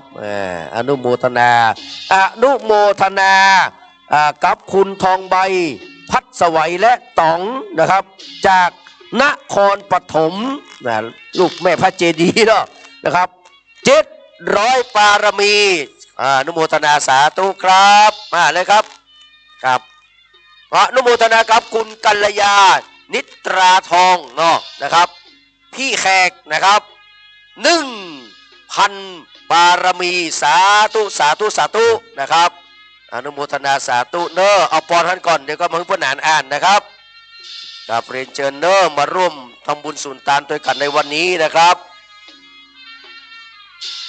ก่อนนี้ขบวนแห่ก็ใกล้เข้ามาทุกทีแล้วเนอะนะครับใกล้จะถึงแล้วนะครับใกล้จะถึงแล้วนะครับเดี๋ยวเราจะได้ประกอบพิธีกรรมต่อไปนะครับในการละทานในครั้งนี้เรียนเชิญทุกคนทุกท่านเนอะเข้ามาร่วมทำบุญด้วยกันวันนี้มาเอาปอนจากหลวงพ่อพระครูสถิตธุราธรหลวงพ่อเจ้าอารามธิปตินะครับศิษย์กตัญญูนะครับวัดสันขยอมของเฮานะครับสาธุพ่อเอามานี้หลวงพ่อจ๋าเอามานี้ อนุโมทนานะครับกับคุณมนูนศักดิ์ที่อ่านไปแล้วคุณมนูนศักดิ์คุณนิตยาภูวสิรินันท์พร้อมครอบครัว10,000 บารมีสาธุขอให้เงินนี้นะปัจจัยนี้นะครับกลับไปสนอง10 เท่าพันเท่าล้านเท่านะครับอนุโมทนาสาธุเนอะอนุโมทนาสาธุครับเปิ้นฮับปัจจัยแห่งฮับเป็นเจ้าภาพแห่งหลายอย่างเนาะอนุโมทนาสาธุเนอะครอบครัวเจ้าโครงครัวทั้งหลายเนาะหลวงพ่อพระครูสถิตธุราธรกำชับมาว่าอย่าเพิ่งเปิด อย่าเพิ่งเปิดโลกเปิดจักรวาลเปิดเคหสถานนะครับอย่าเพิ่งเปิดเตื้อยังพุทธังยังบ่ให้เปิดเตื้อธรรมังยังบ่ให้เปิดเตื้อสังฆังยังบ่ให้เปิดเตื้อเพราะฉะนั้นเปิดตอนที่หลวงพ่อไปฮื้อปอนเรียบร้อยแล้วเนาะนะครับส่วนลงทานน้ำเปิดไปเรื่อยๆนะครับแต่ว่าลงทานอาหารฟังเปิดเตื้อเขาจะเอาไว้เลี้ยงดูแลนะต้อนรับพี่น้องประธานสายกฐินและพี่น้องศรัทธาเฮาที่เพิ่นตั้งจิตตั้งใจมาร่วมทำบุญในวันนี้นะครับฟังเปิดเด้อนะครับเร่เข้ามาครับเร่เข้ามาร่วมทำบุญจะได้ประกาศคือกับเทวบุตรเทวดาได้รับทราบนะแม่ธรณีจะได้เป็นสักขีพยานเวลาเฮาหยาดน้ำหมายตานหลังทักษิโนทกบุญนั้นนะครับจะเป็นเกิดเป็นโชคลาภเป็นวาสนาเป็นปารมีนะครับเรียนเชิญให้คุณสุรยาพร้อมครับนะครับ ทีมเนี่ยขึ้นไปข้างบนเลยครับไปดูรายชื่อตัวเก่าเด้อไปพอรายชื่อตัวนะครับจะมีจำกี้เก้าอี้นะครับมีเจ้าหน้าที่เฮาอยู่ข้างบนตัวนะครับใส่จำนวนไปเลยครับ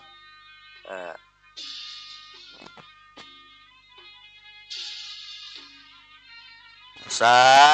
ธุสาธุสาธุขอแม่ธรณีเป็นสักขีพยาน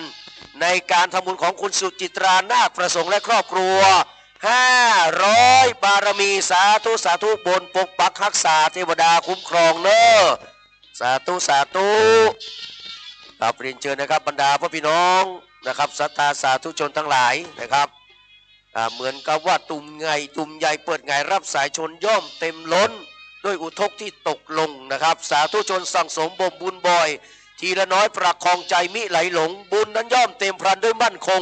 กุศลส่งสู่สถานนิพพานพลันนะพี่น้องทำบุญนี่เขาที่บอกนิพพานปัจจโยโหตุโนนิจังนี่หรอเวลาเขากวดน้ำเราเขาจะเอานิพพานเป็นยอดนะครับนิพพานคือความดับนิพพานคือความเย็นนะครับเพราะฉะนั้นอยู่เป็นคนก่อนนิพพานได้พี่น้องไม่ใช่ว่าตายไปเลยไม่ใช่นะครับคือนิพพานเอาขบวนมาถึงหน้าวัดแล้วนะครับพี่น้องเขาต้อนรับขบวนเนอะนะครับขบวนนะครับกฐินมหากุศลสามัคคีปี2500นะครับ66นะครับตอนนี้นะครับได้มาถึงหน้าวัดเป็นที่เรียบร้อยขอทุกท่านได้ยืนต้อนรับนะครับคนที่ยืนมาได้ก็มาต้องยืนเนอะเอาเฉพาะคนที่มีกำลังวังชายืนต้อนรับนะครับด้านใดด้านหนึ่งนะครับได้โมทนาสาธุการนะครับกับบุญกุศลในครั้งนี้ขอบคุณดุริยางเนอะน้องๆคณะดุริยางที่มาแห่เอาเนี่ยตานี่เลยแม่ตานี่เลยนะครับตานี่เลยที่พ่อพระครูสถิตสุธาธุราธรเป็นปั่นปอนขึ้นก่อนนะเดี๋ยวผมจะได้ประกาศชื่อเนอะอนุโมทนาสาธุกันนะครับกับอีพ่ออีแม่ทุกคนเนอะเอาประกาศจากหลวงพี่เอานี้จากหลวงพี่นะฮะ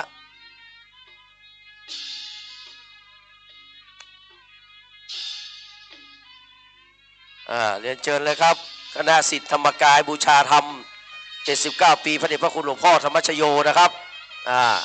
เรียนเชิญเลยครับร่วมขบวนเทรนเนอร์ครับเรียนเชิญครับ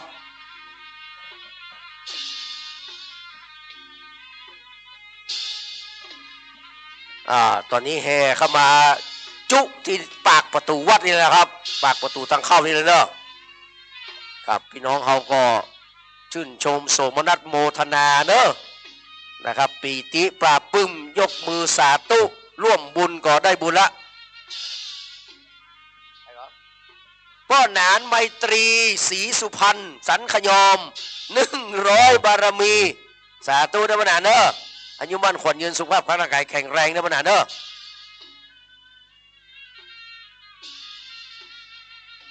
อนุโมทนาสา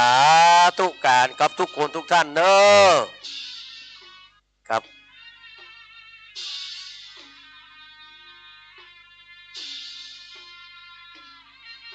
สาธุสาธุอนุโมทนาครับคุณชาญชัยคุณอัญชรีสร้างเสริมทรัพย์ร่วมทำบุญกฐินสามัคคีปีนี้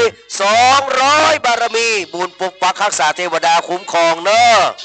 สาธุสาธุสาธุอีแม่มาเป็นปุ๊กเลยเอาปอนก่อนเดี๋ยวจะอ่านชื่อเนอะไปเนอะนะครับตอนนี้ขบวนเฮานี่นะครับกองดุริยางเฮาอยู่ที่หน้าวัดนี่นะครับหน้าประตูนี่นะเนอะต้องกราบขอสุมาภัยพี่น้องที่ใจยวดยานพาหนะผ่านมาตั้งวัดสันขยอมเนอะช่วงนี้กราบขอประทานอภัยนะครับในความบัดสะดวกในครั้งนี้ตัวนะครับ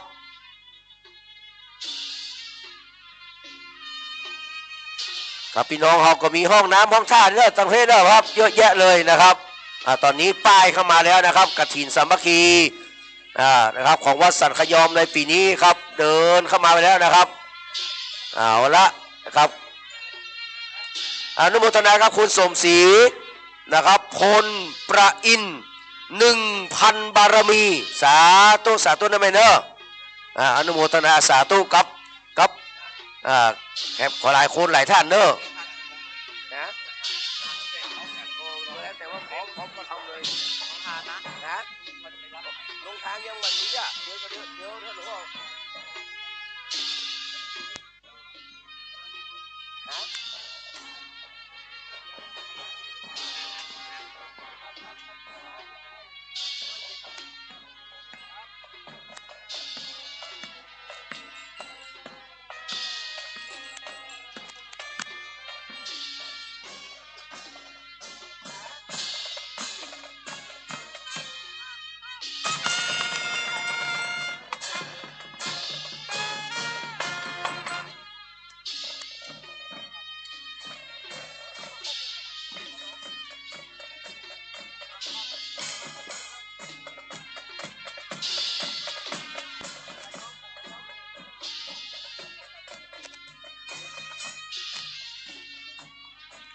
ขณะนี้กระบวนกฐินสามัคคีมหากุศลนะครับ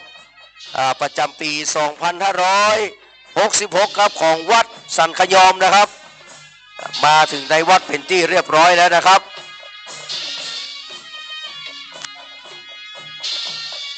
กับนำด้วยนะครับแม่ชีพจนาพรวิศรีวรพัฒน์นะครับพร้อมกับครอบครัวนะครับ1 ล้านนะครับ 52,000 บาทอนุโมทนานะครับ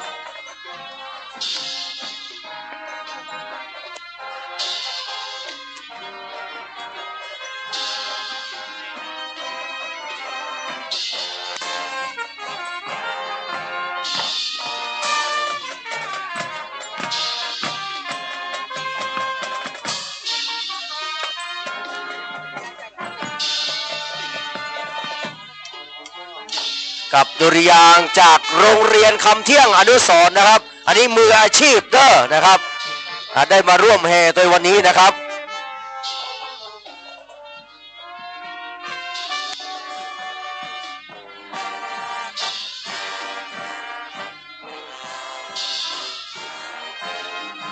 ครับมีตึงกองตึงนงด้วยนะครับครับมีสักอย่างครับกระบวนเขานี่อลังการงานสร้างนะครับอนุโมทนาสาธุกับทุกคนทางด้านกองสะบัดใจก็มีนะครับกลับมากันเลยครับยิ่งใหญ่อลังการมากครับปีนี้นะครับ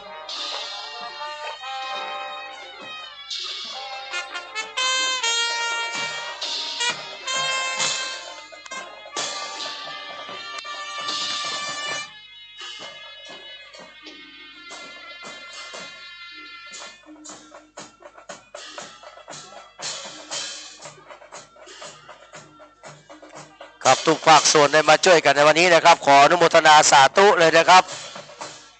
นี่เสียงสนั่นกันก้องนะครับไปถึง16ชั้นฟ้า15ชั้นดินนะครับได้มาประกาศรับทราบอนุโมทนาในวันนี้เนอะนะครับปิดท้ายด้วยนะครับขบวนที่เขาตั้งไว้นะครับเมื่อตะวาแล้วนะครับสวยสดงดงามนะครับเป็นต้นเงินต้นทองนะครับ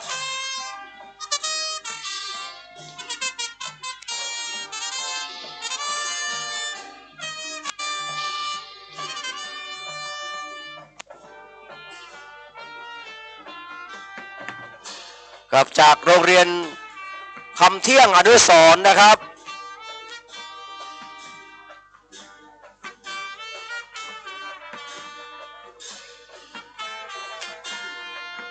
และกองสะบัดใจเอาตัวนะครับ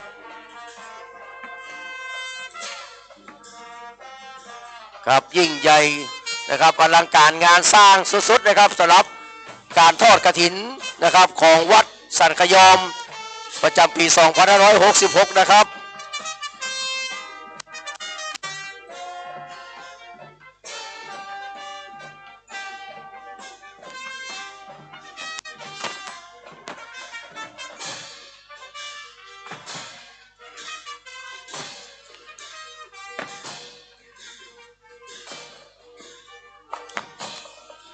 ครับเรียนเชิญเลยนะครับครับขณะนี้นะครับน้องๆจากวงโยธวาทิตนะครับโรงเรียนคำเที่ยงอนุสรณ์นะครับกำลังโชว์ฝีไม้ลายมืออย่างเต็มที่นะครับแล้วก็นิ้วทองคำเทพชัตเตอร์นะครับมาแล้วนะครับวันก่อนไปถ่ายที่ห้วยแทงโคทิยานนะครับ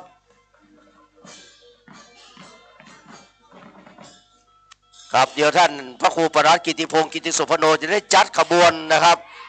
เอากองสะบัดใจอยู่ตั้งหน้าเนาะนะครับเพื่อความฮึกเหิมในการทำบุญในครั้งนี้นะครับฟอนเล็บต้อนรับเลยครับฟอนเล็บจะได้เริ่มหน้าบัดนี้จ้างฟอนเอาเข้าแถวเลยเนาะขับฟอนต้อนรับเลยนะครับกับฟอนเล็บนะครับเอาเลยครับครับตอนนี้เป็นหน้าที่ของฟอนเล็บนะครับหยาดเยิ้มหยดย้อยต้องฟอนเล็บนะครับครับเรียนเชิญจ้างฟอนทุกคนทุกท่านเนอะนะครับ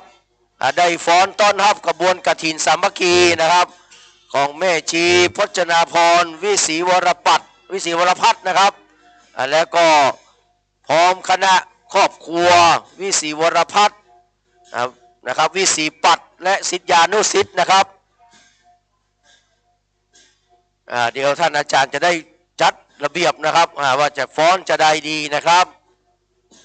ฟ้อนต้อนรับนะครับขอบคุณดุริยางค์นะครับวงโยธวาทิตจากน้องๆโรงเรียนคำเที่ยงอนุสรณ์นะครับครับที่ได้มาบรรเลงในครั้งนี้น้องๆจากกองสะบัดใจนะครับ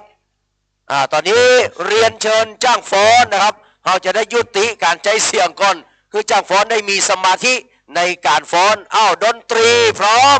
มานะครับมิวสิก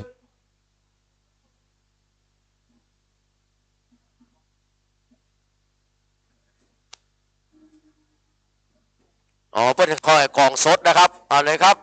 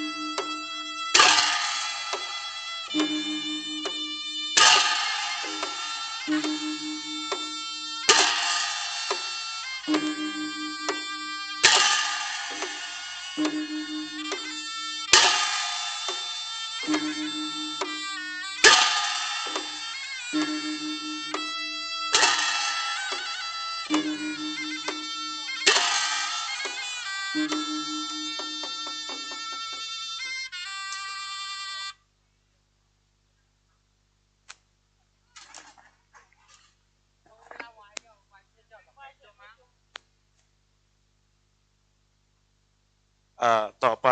ฟ้อนขันดอกเนอะเตรียมตัวรีบๆหน่อยทำเวลาเดี๋ยวเราจะได้การกฐินแล้ว หลังจากที่ฟ้อนขันดอกเสร็จแล้วรถของคุณโยมแม่ชีพจนาพรจะเคลื่อนมาด้านใน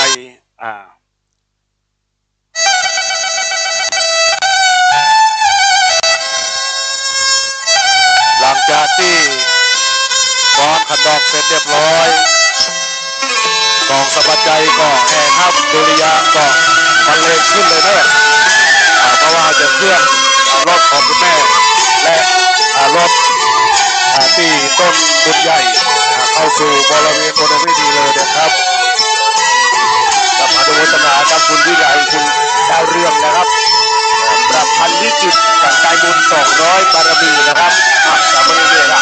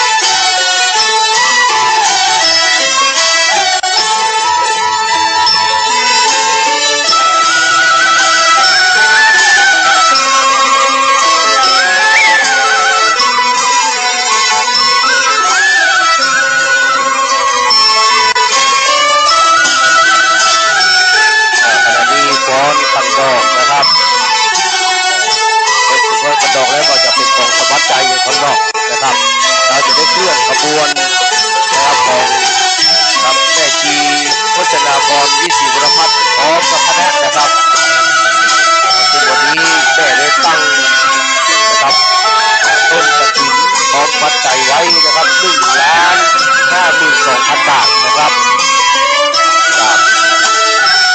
ในเรื่องการกระบีนะครับในกุศลจิตนาอันยิ่งของที่ได้ดีนะครับพจนาพรวิศิวรพัฒน์พร้อมกับคณะเลยนะครับ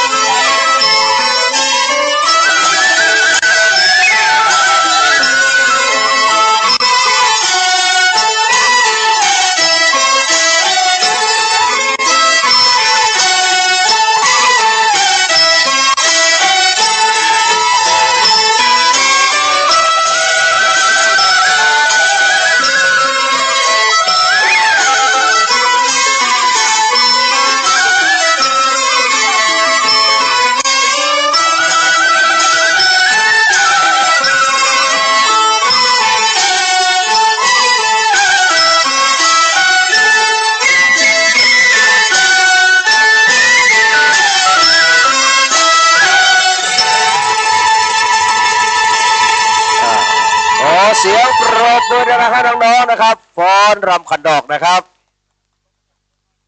ขับรถน้อยเคลื่อนเข้ามาเลยครับข่าวเคลื่อนเข้ามาเลยครับขับขบวนรถเข้าเคลื่อนมาเลยครับขับเคลื่อนมาเลยครับเคลื่อนมาเลยครับขบวนเคลื่อนเข้ามาเลยครับขับรถเข้าเคลื่อนมาเลยนะครับครับเอารถน้อยนะครับรถน้อยเนี่ยครับกันเนี่ยครับขึ้นมาก่อน ครับขบวนกฐินเนี่ยครับตามด้วยรถใหญ่เนอะรถนี่ก็คือประธานนะครับแต่ขบวนใหญ่เป็นบริวารเนอะขบวนกฐินเขาอยู่ตรงนี้ครับรถน้อยเคลื่อนเลยครับครับก้อยๆขยับมาเลยเนอะครับก้อยๆขยับมาเลยครับครับก้อยๆขยับมาเลยครับนะครับกไก่8742นะพี่น้องเนอะรถมหามงคลเนอะนะครับได้ขยับขึ้นมานะครับเรียนเชิญเลยครับอนุโมทนาครับคุณวิเชียรคุณดาวรุ่งเนอะนะครับแถม400 บาทนะครับอนุโมทนานะครับอนุโมทนาครับคุณวีนาเริ่มกิจการนะครับร่วมทำบุญศาลาแห่ง500ปรมีสาธุสาธุบุญรักษานะครับ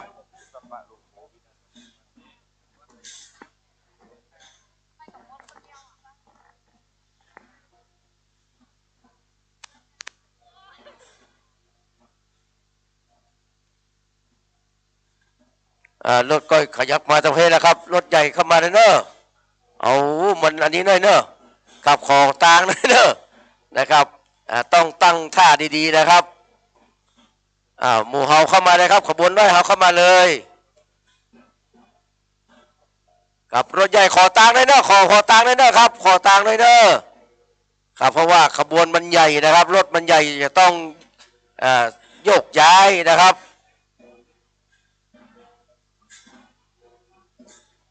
อนุโมทนาครับนะครับคุณถากูลจันทร์มณีนะครับแห่ม1,000 บารมีสาธุสาธุครับคุณบารมีนะครับ1,000 บารมีนะครับเข้าไปนะครับเข้าไปนะครับกระบวนการนะครับเข้าไปนะครับท่านที่กำต้นเงินต้นทองมานะครับครับเรียนเชิญเลยครับเรียนเชิญเลยครับโอ้วันนี้นี่อุ่นหนาฟ้าคั่งนะครับโอ้สวยสดงดงามอลังการงานสร้างนะครับสมเกียรติสมฐานะสมปรมีสมศักดิ์ศรีสมปรมีธรรมถึงเจ้าวาดตัวแล้วก็นะครับถึงผู้ที่เป็นประธานกฐินตัวนะครับกับโอ้หมู่เขาได้มาอนุโมทนาสมเป็นกษัตริย์ขยอมแต่พี่น้องนะครับสันขยอมทำอะไรเล็กๆไม่เป็นนะครับสันขยอมนะครับเล็กๆไม่แต่ใหญ่ๆสันขยอมทำนะครับ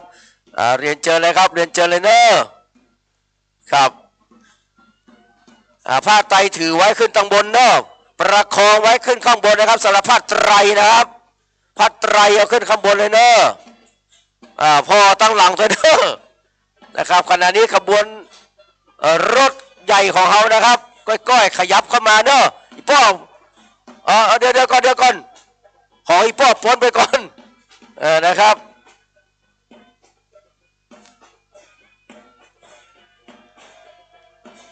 เอากองสะบัดใจครับเอาเลยนะครับ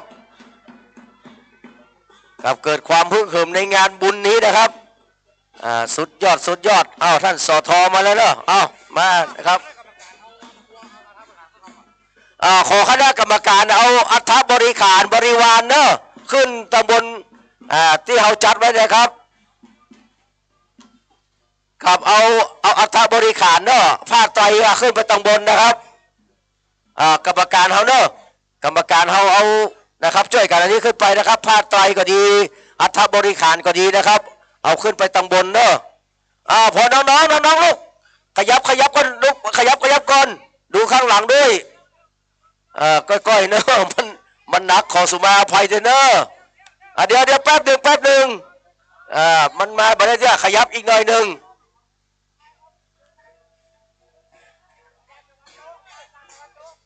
ไปทางตะวันตกหน่อยเนอะ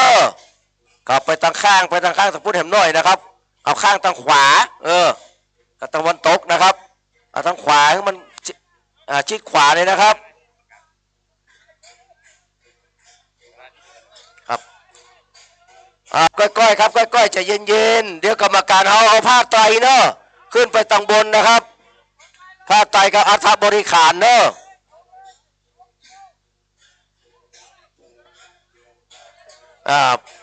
ปัญหาจัดการกันเนอะครับช่วยเอาใครมาช่วยกันเนอะ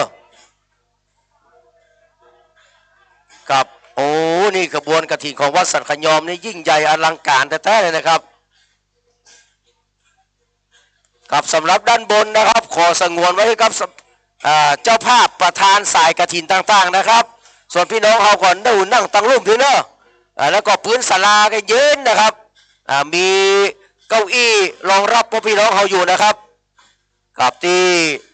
พื้นศาลาปฏิบัติธรรมนะครับชั้นที่1นะครับส่วนชั้นที่2นั้นขอสงวนไว้สำหรับพ่อแม่พี่น้องนะครับที่เป็นเจ้าภาพประธานสายกฐินต่างๆนะครับเรียนเชิญด้านบนเนอะครับเรียนเชิญด้านบนนะครับกับวันนี้นี่นะครับจะมีพิธีพิเศษแห่งหลายอย่างครับเดี๋ยวท่านดร.นะครับปลัดนะครับท่านพระครูปลัดกิติพงศ์กิติสุพโนดร.แก่นจะได้นำเข้าสู่พิธีนะครับในช่วงที่จะได้ประกาศรายชื่อของบรรดาพ่อพี่น้องนะครับกองสะบัดใจก็โชว์เต็มที่นะครับสุดยอดแท้ๆเลยนะครับช่วยกันเอาใจนะครับจีวรอัฐบริขารบริวารบางส่วนนะครับบาทก็ขึ้นไปทางบนเนอะกลับขึ้นไปทางบนศาลานะครับ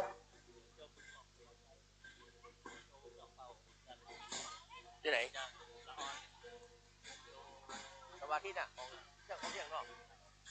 หลังจากที่จบกองสะบัดใจแล้วจะมีการโชว์เครื่องเป่านะครับของวงโยธวาทิตคำเที่ยงอนุสรณ์นะครับจบกองสะบัดใจเสร็จแล้วนะครับตังโ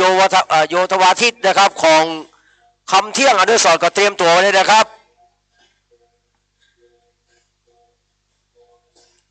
กับวันนี้ก็อนุโมทนากับพี่น้องไตพี่น้องโยนเนาะทุกกุกกอเนาะทุกพระสงฆ์เขาเจ้าทุกป่านะครับกันเสร็จแล้วเอาเรียกไว้เอาหน่อยได้กับที่ได้มาร่วมบุญในครั้งนี้นะครับโอ้บุญกุศลนี่ใหญ่หลวงสุดจะพันนาเนอะครับจากกองสะบัดใจแล้วนะจะเป็นการโชว์เครื่องเป่านะครับของวงโยธวาทิตจากโรงเรียนคำเที่ยงอนุสรณ์นะครับ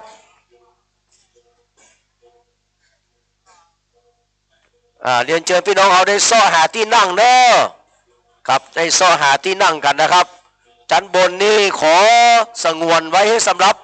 เจ้าภาพนะครับกฐินสายต่างๆนะครับส่วนพี่น้องศรัทธาเขานะครับก็นั่งกันอยู่นะครับบนในเต็นท์นะครับแล้วก็ในศาลาชั้นหนึ่งนี่นะครับ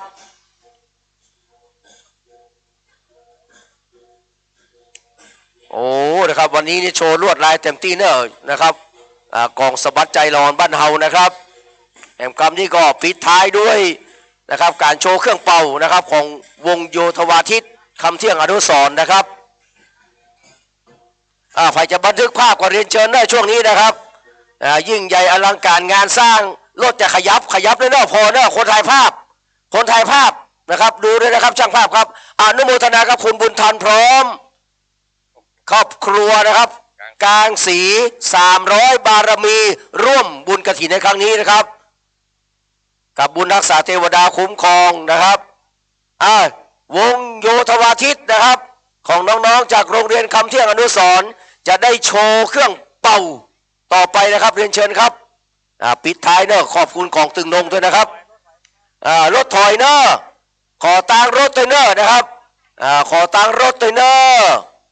ขอบคุณโชเฟอร์นะครับฝีมือชะกันเดี๋ยวไปจะเอาตายเข้านะครับนะครับจะเอาตายเข้าเดี๋ยวตั้งหลักตั้งลำดีๆนะครับนิมนต์พระสงฆ์ข้าเจ้าเนอะได้ขึ้นไปชั้นที่2นะครับนิมนต์นะครับกับครูบาสังฆเถระวันนี้ก็จะมีแห่งหลายรูปอยู่นะครับแต่คืนนี้14รูปเนาะนะครับมาครบห้องบอกครบห้องแต่วันนี้จะมาครบหมดเลยนะครับนิมนต์ขึ้นตังบนเนอะนะครับขอตังรถด้วยนะเพื่อจะถอยหลังเข้านะครับเพื่อจะถอยหลังเข้ามาที่นะครับองค์กฐินเทนะครับที่เขาตั้งนะครับจตุปัจจัยทายธรรมเอาไว้เนี่ยนะครับบริวารกฐินนี่นะครับซึ่งสง่างามเป็นอย่างยิ่งนะครับก้อยๆเนอะ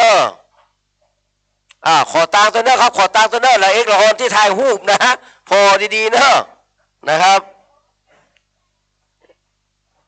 ครับเรียนเชิญท่านรองครับขึ้นบนเลยครับครับท่านพันตำรวจโทธเนศนะครับเรียนเชิญขึ้นข้างบนเลยครับ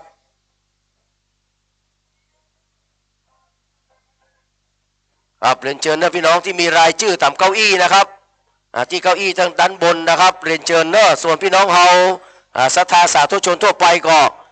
นั่งอยู่ด้านล่างแล้วก็อยู่ที่พื้นศาลาเนี่ยเย็นขนาดนะครับ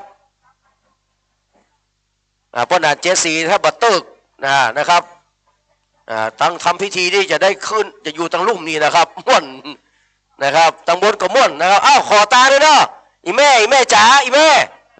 ฟังไทยฮูบเตี้ยเดี๋ยวขอรถเข้าไปก่อนขอรถเข้าไปก่อนนะครับเอารถขบวนเข้าไปก่อนครับเพื่อจะได้เอาถอยหลังเข้าไปนะครับขอบพระคุณโชเฟอร์ครับขอบพระคุณนะครับท่านดร.เรียนเชิญเลยนะครับสหาที่นั่งเนอะถ่ายภาพก่อนนะครับน้องๆจากครับโรงเรียนคำเที่ยงอนุสรณ์วงโยธวาทิตนะครับได้โชว์เครื่องเป่าเนอะคือกำลังใจทุกคนทุกท่านนะเดี๋ยวขออนุญาตขึ้นตังบนนะครับ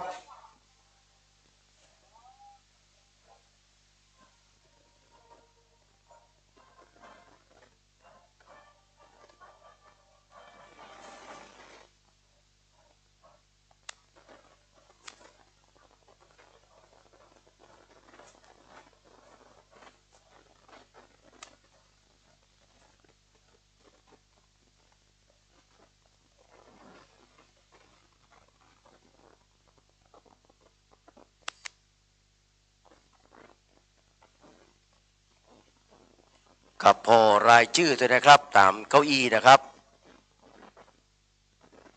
กับพอรายชื่อตัวเนอร์นะครับท่านได้นั่งจุดไหนนะครับ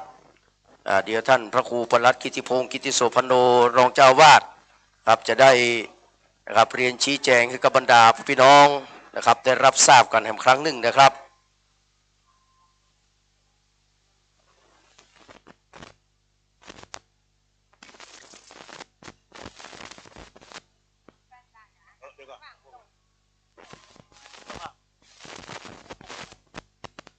ครูบาฟุกนะครับขอนิมนต์ขึ้นมาทางบนชั้น2กับเนื้อครับท่านอาจารย์ฟุกนะครับนิมนต์ขึ้นมาชั้น2กับนะครับ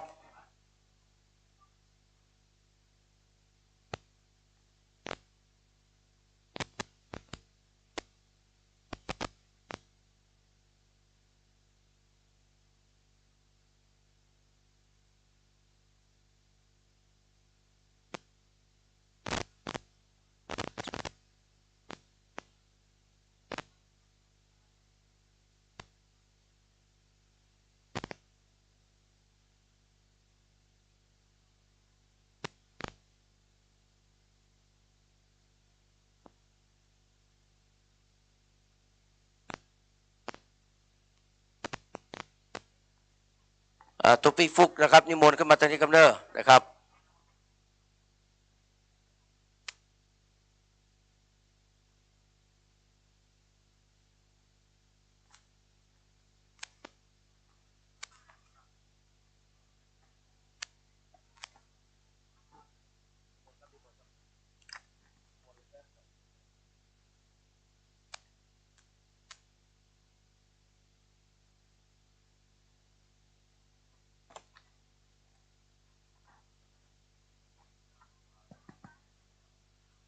เชิญท่านเจ้าภาพที่ได้มาร่วมทอดกฐินในข่าวครั้งนี้ขึ้นมาดังบนเนอะขึ้นมาดังบนและท่านรองประธานสภาบ้านเฮาขึ้นมา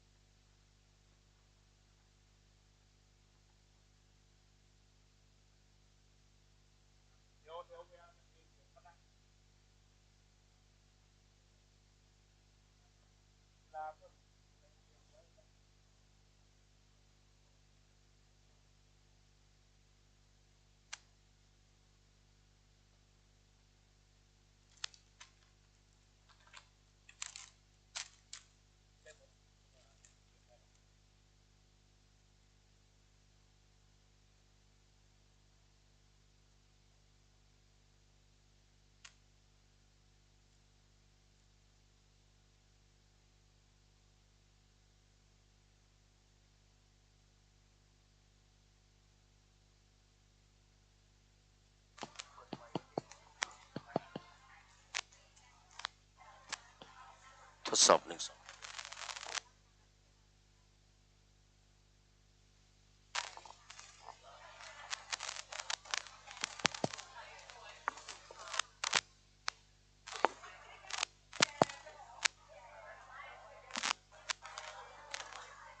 ันนี้เก้าหรอกพวกการเนี่ยมันใกล้ๆหมดใกล้ๆหรอกชื่อได้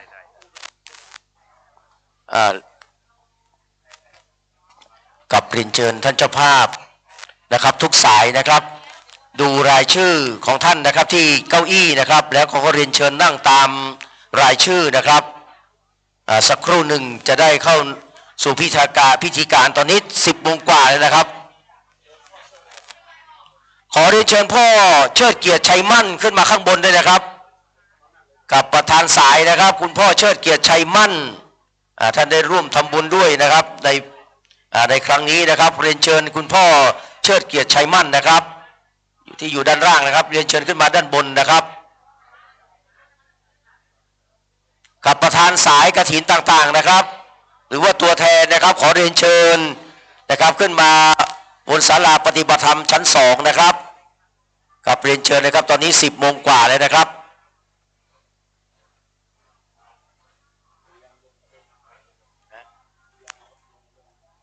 กับถ้าดุริยางลงเรียบร้อยแล้วครับวงโยธวาทิตที่โชว์เครื่องเป่านะครับโดยน้องๆจากโรงเรียนคำเที่ยงอนุสรณ์นะครับถ้าลงแล้วเราก็จะได้เริ่มประกอบพิธีกรรมทางศาสนานะครับกับเรียนเชิญนะครับประธานสายกฐินทุกสายนะครับทุกท่านนะครับขึ้นมานั่งบนเก้าอี้นะครับพ่อเชิดเกียรติชัยมั่นเลยนะครับข้างบนนะครับเรียนเชิญพ่อครับ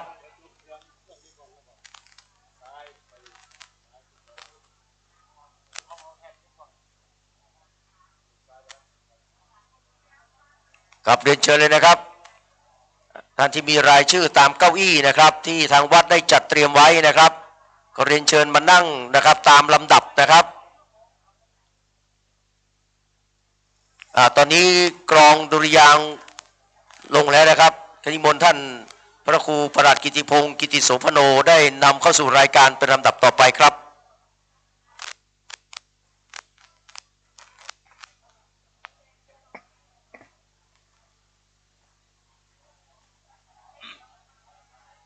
ขอถวายความเคารพพระสงฆ์เถรา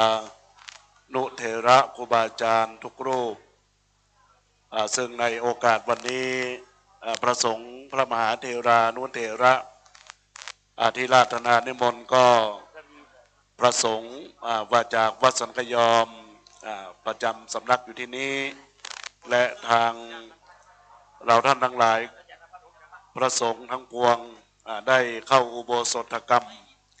ก็มีวัดสันศรีและมีพระสงฆ์วัดฝ่ามุ้ยวัดหัวฝายจะได้ขอนำเรียนกำหนดการให้บรรดาญาติโยมอุบาสกอุบาสิกาทุกคนทุกท่านที่ได้ร่วมเป็นผ้ากฐินนาทานองค์กฐินในวันนี้ได้เข้าสู่บริเวณวัดสันขยอมเป็นที่เรียบร้อยได้ตั้งขบวนที่บริเวณหมู่บ้านรีเจน2ตำบลสันทรายน้อยอำเภอสันทรายจังหวัดเชียงใหม่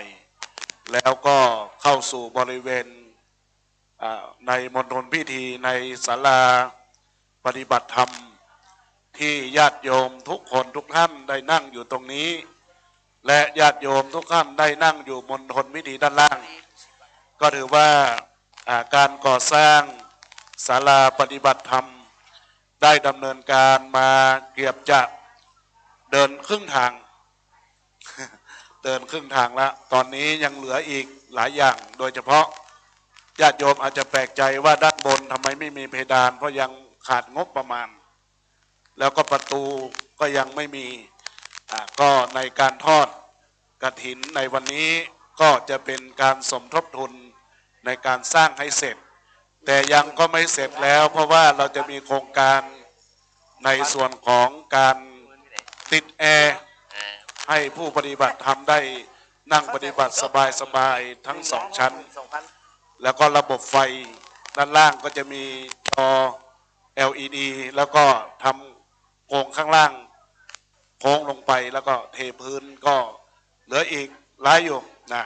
ตามที่ติดกระดานหากว่าญาติโยมได้ผ่านไปก็ไปอ่านด้วยนะก็ขอฝากกับญาติโยมทุกคนทุกท่านวันนี้ประธานกฐินอุปถัมภ์เฉพาะวันนี้มีคุณแม่ชีพจนาพรวิศรีวรพัฒน์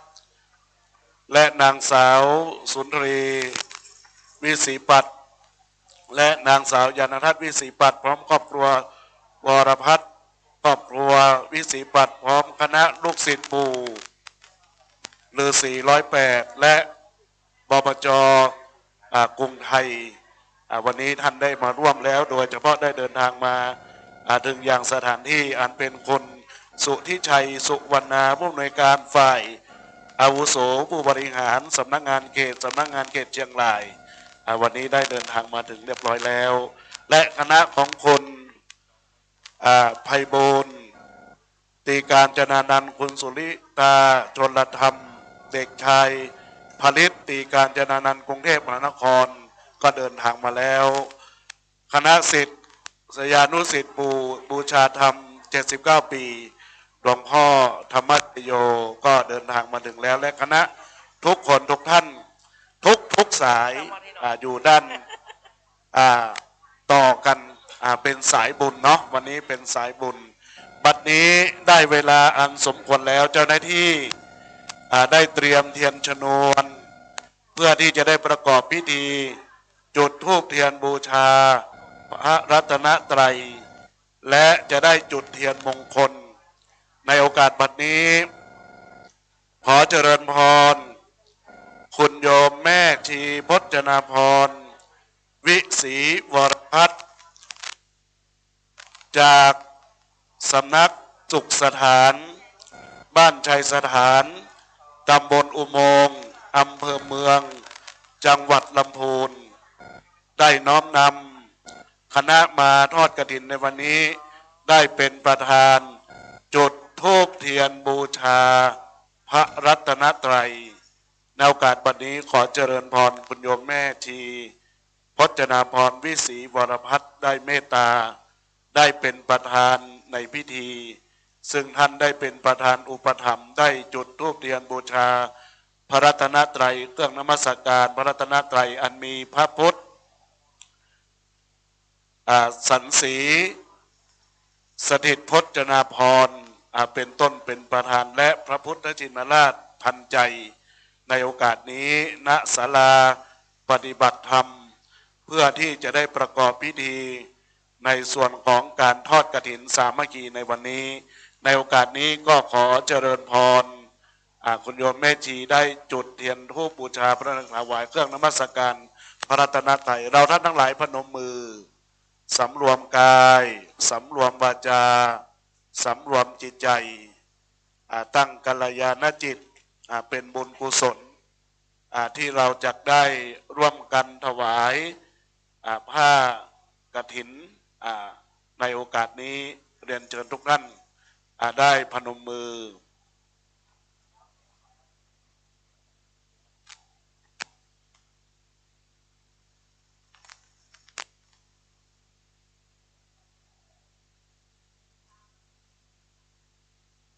ลำดับต่อไปเรียนเชิญ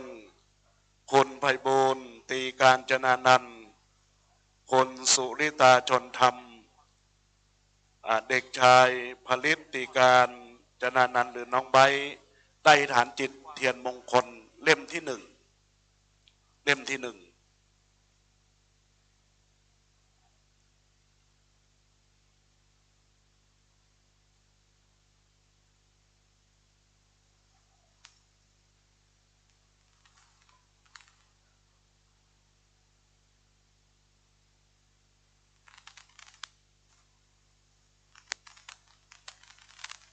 อนุโมทนาขอบคุณกับญาติโยมทั้งหลายที่ได้จุดเทียนมงคลเรียนเชิญคุณสุทธิชัยสุวรรณาท่านผู้อำนวยการฝ่ายอาวุโสผู้บริหารสำนักงานเขต สำนักงานเขตเชียงรายได้จุดเทียนมงคลในเล่มที่2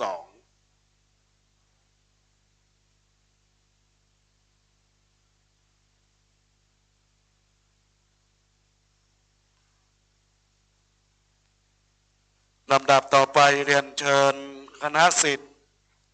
ศิษยานุศิษย์บูชาธรรม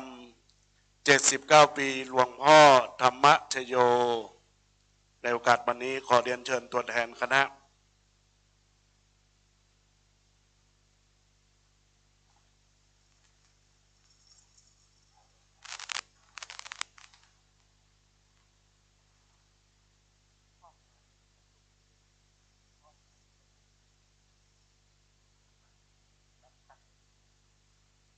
ลำดับต่อไปเรียนเชิญคุณพ่อเชิดเกียรติคุณแม่จันฉายชัยมั่นได้จุดเทียนมงคลติดตามด้วยคุณโยมโสระยาใสสาคุณสมพงศ์คุณศรีวันตุนแก้วคุณอนุสรณ์แม่พณีอยู่สุข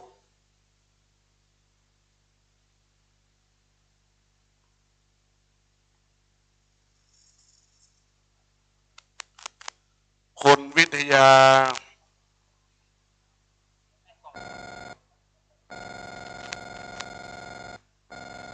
เรียนเชิญคุณวิทยาพงศิริประธานก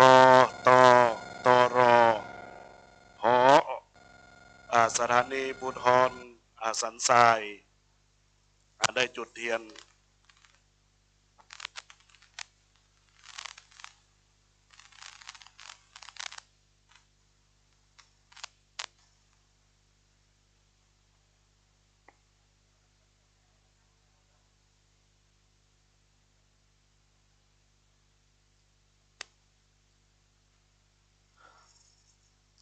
เรียนเชิญคุณอาทิตย์รัตนพรพิษพร้อมครอบครัวคุณกันไกรขันยอดพร้อมครอบครัวคณะจากบริษัทสยามเอสโรได้จุดเทียนมงคลอธิษฐานจิตอธิษฐานใจเป็นกุศลในโอกาสนี้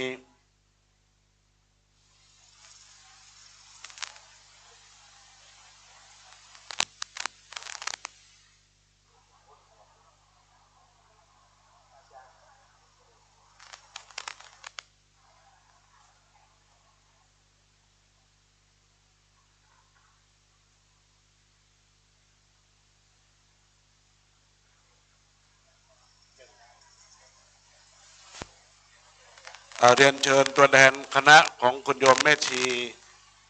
ท่านหนึ่งได้จุดเทียนมงคลคณะเรียนเชิญเลย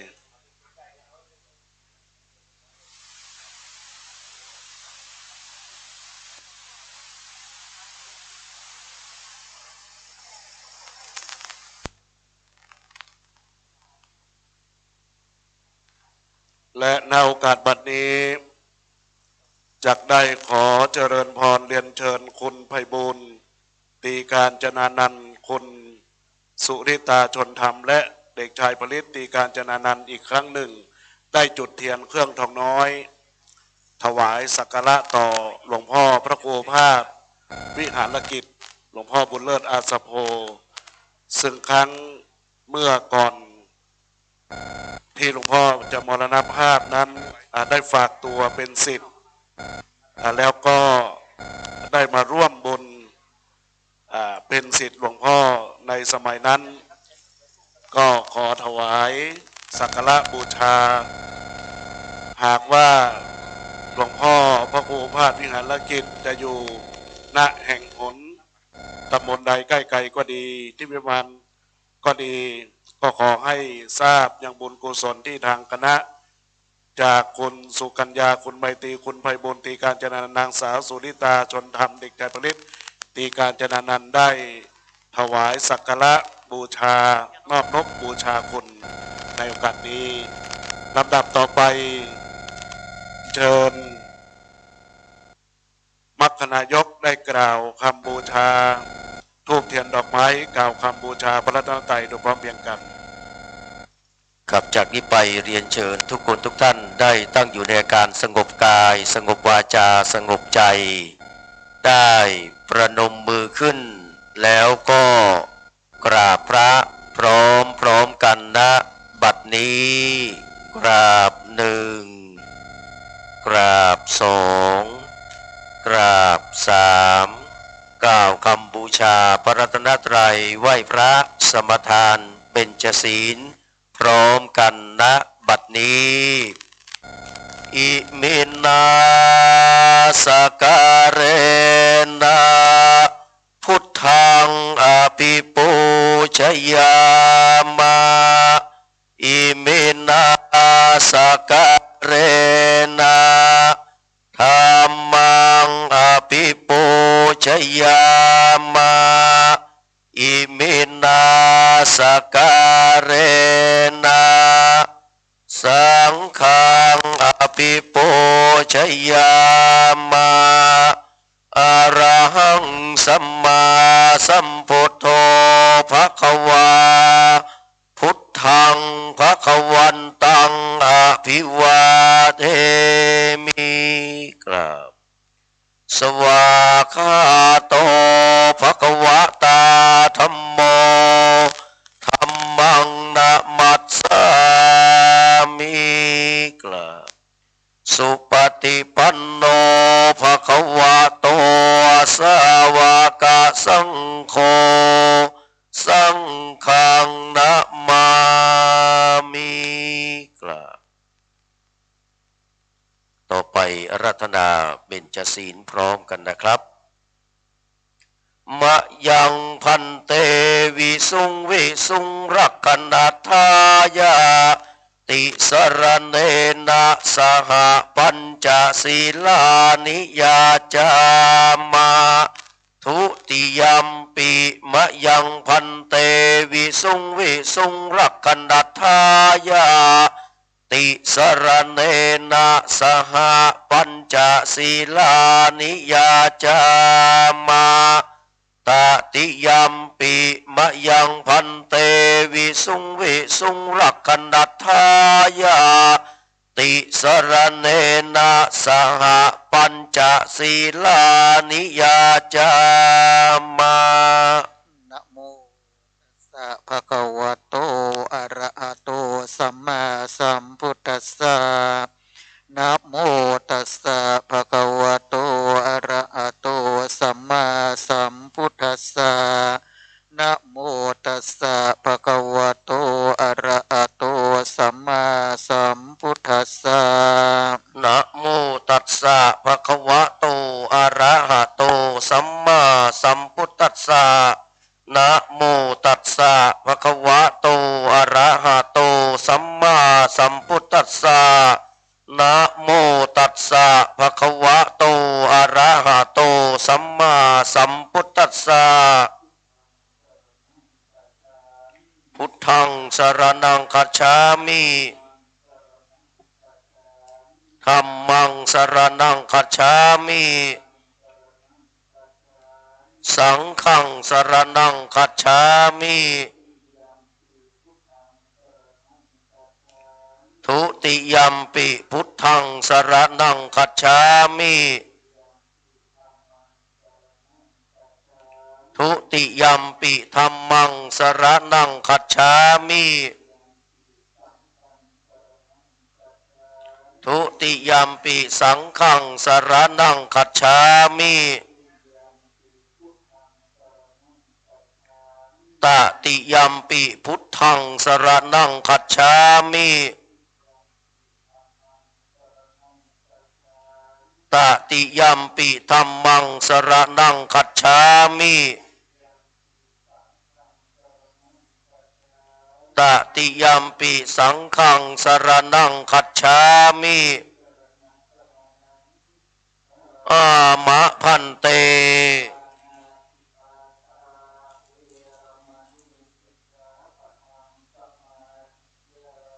ปานาติปาตาเวระมณีสิกขาปะทังสมาธิยามิ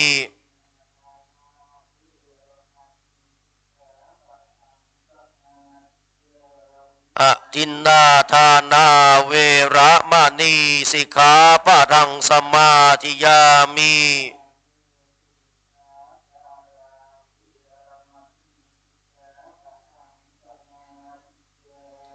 กาเมสุมิชาจาราเวระมณีสิกขาปะทังสมาธิยามิ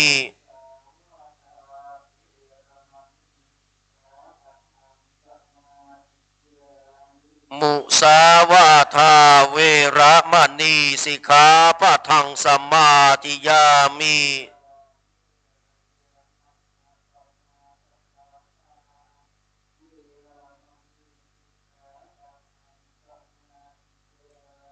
สุราเมรยมัชฌปมาทฐานาเวระมณีสิกขาปะทังสมาธิยามิ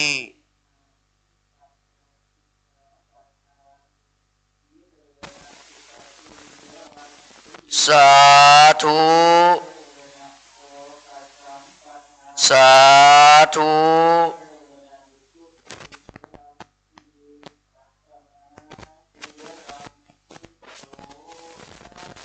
สาธุ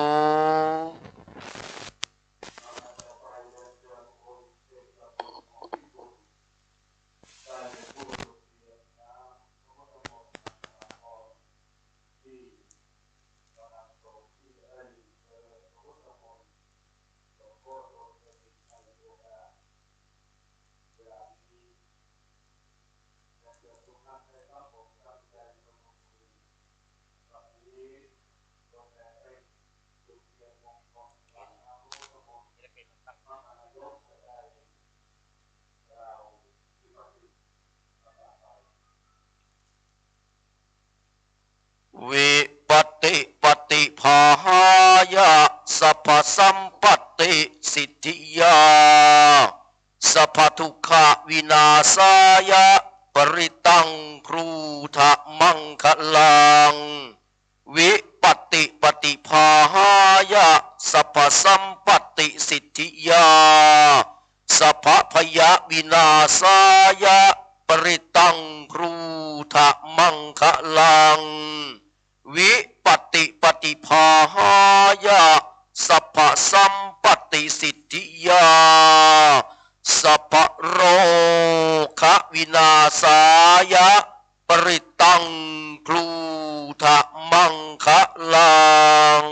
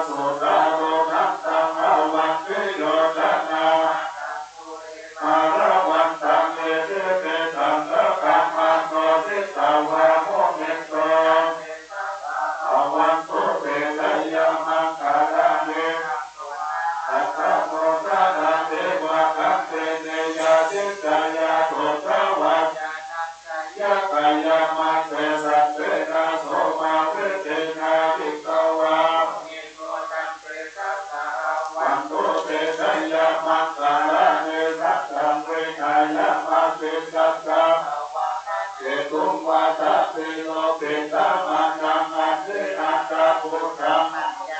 เกปัจจาเลโตเกตาวาโมเนโตทัพเตทัสสะกายมังคาลาเนนันโตปานัสสะพุทธังตาพุทธะเทนะธรรมะปายันโตเอโตปะเทสาเวเตนะอันเตตัสสะภะวะโตเตกายมังคาลาเนอะเตเกพุทธะเทนะพุทธะตัมรัมมะเวโสเตอาทิตานังกานาคาเตนะวิเตนะทิตาวะโมเนโตภะวันโตเตกายมังคาลาเนพุทธกายมังคาลาอัตตะคัตตาโยวัจจโนตินะเกเตวานาเตตาเวเวตาเมตุปัตตวานิโมขังธัมมายะนาโรสัพพันโตมะอาคาโรเนโกนาโกอินังโกเรตวะปารามิสัมปัปปะโตสังโฆเตโมตัมมังเนเตนะอุตุเตกายมังคาลังกายโตโมเตยะโมเร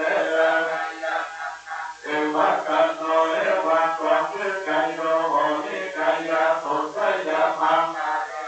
ปะละเกตัปปะละเกสิเสปะนังเกเสเกสัพพะโพธานังอาคัปปะโตภะโมกันเตสุมังคารังสุปังปะตังสุโอเตตังสุปะโนตัสสุเตตังสัมมาจาริสุปะทะเกนังวัจจะมังปะทะเกนังปะทะเกนังปะเทเตเทปะทะเกนังปะทะเกนังนิกัตวาปะทะกิเตสัพเพพุทธะบาลปัตตาปัจเจกานันจยังวะลังอาลังสัพเพเนนารักขังพัตตาติปัสโสอัปโลกยาปะตังอาลาปัสสันตุเตเวสัสสะปะธัมมายะเตเกปานังสุขัง สาธุสาธุสาธุ เจ้าหน้าที่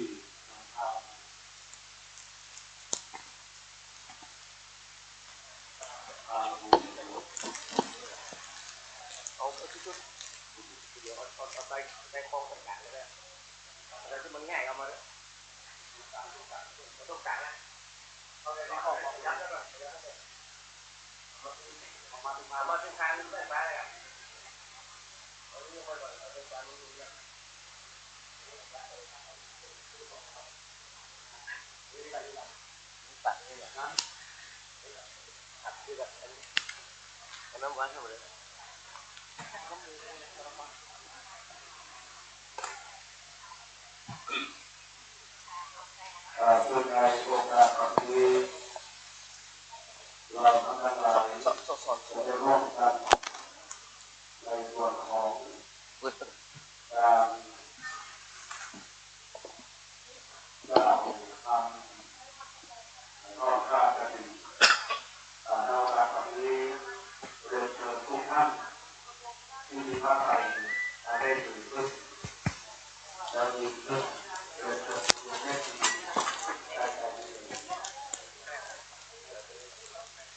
กท่านหน้าไปทางพระรัตนตรัยซึ่งวันนี้คณะของศิษยานุศิษย์บูชาธรรม79 ปีหลวงพ่อธรรมชโยจะเป็นผู้กล่าวได้ในส่วนนี้ขอเรียนเชิญได้ปฏิบัติในส่วนของการกล่าวคำเราก็เป็นว่าต่างๆพร้อมๆกันเพราะว่าวันนี้เป็นวันสามัคคี เอาคนนั้นรู้นะทางศิษย์ธรรมกายเขาจะเป็นคนกล่าวได้ครับไม่มีแว่นตามา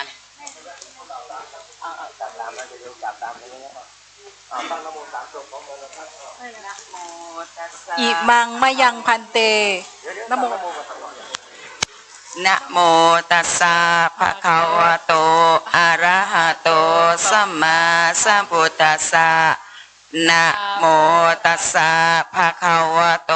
อะระหะโตสัมมาสัมพุทธัสสะนะโมตัสสะภะคะวะโตอะระหะโตสัมมาสัมพุทธัสสะอิมังมะยังพันเตอิมังพยังพันเตสัปปริวารังสัปปริวารานิ กฐินนะจิวรทุสังจิรินะเจริยาทุสังสังคัสสะสังคาสะโอโนชยามะโอโนชยามะสาธุโนพันเตสาธุโนพันเตสังโฆสังโฆอิมังอิมังสัปปริวารังสัปปริวารังกฐินนะจิวรทุสังกฐินนะเจริยาทุสังปฏิคันหาตุปฏิกันหาตุปฏิฆาเหตวาจะ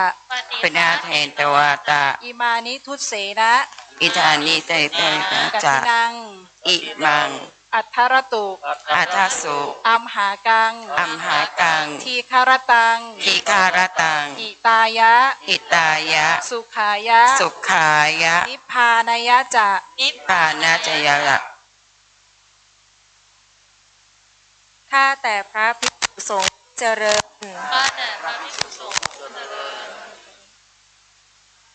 ข้าพเจ้าทั้งหลายข้าพเจ้าทั้งหลายขอน้อมถวายขอน้อมถวายผ้าจีวรกฐินผ้าจีวรพระกฐินพร้อมด้วยบริวารทั้งหลายเหล่านี้พร้อมด้วยบริวารทั้งหลายเหล่านี้แด่พระภิกษุสงฆ์แด่พระภิกษุสงฆ์ขอพระภิกษุสงฆ์ขอพระภิกษุสงฆ์จงรั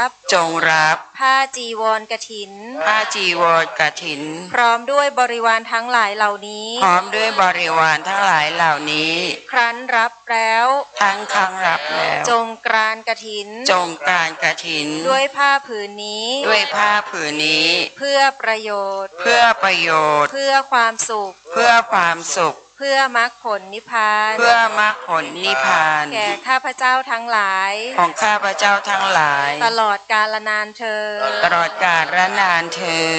ญ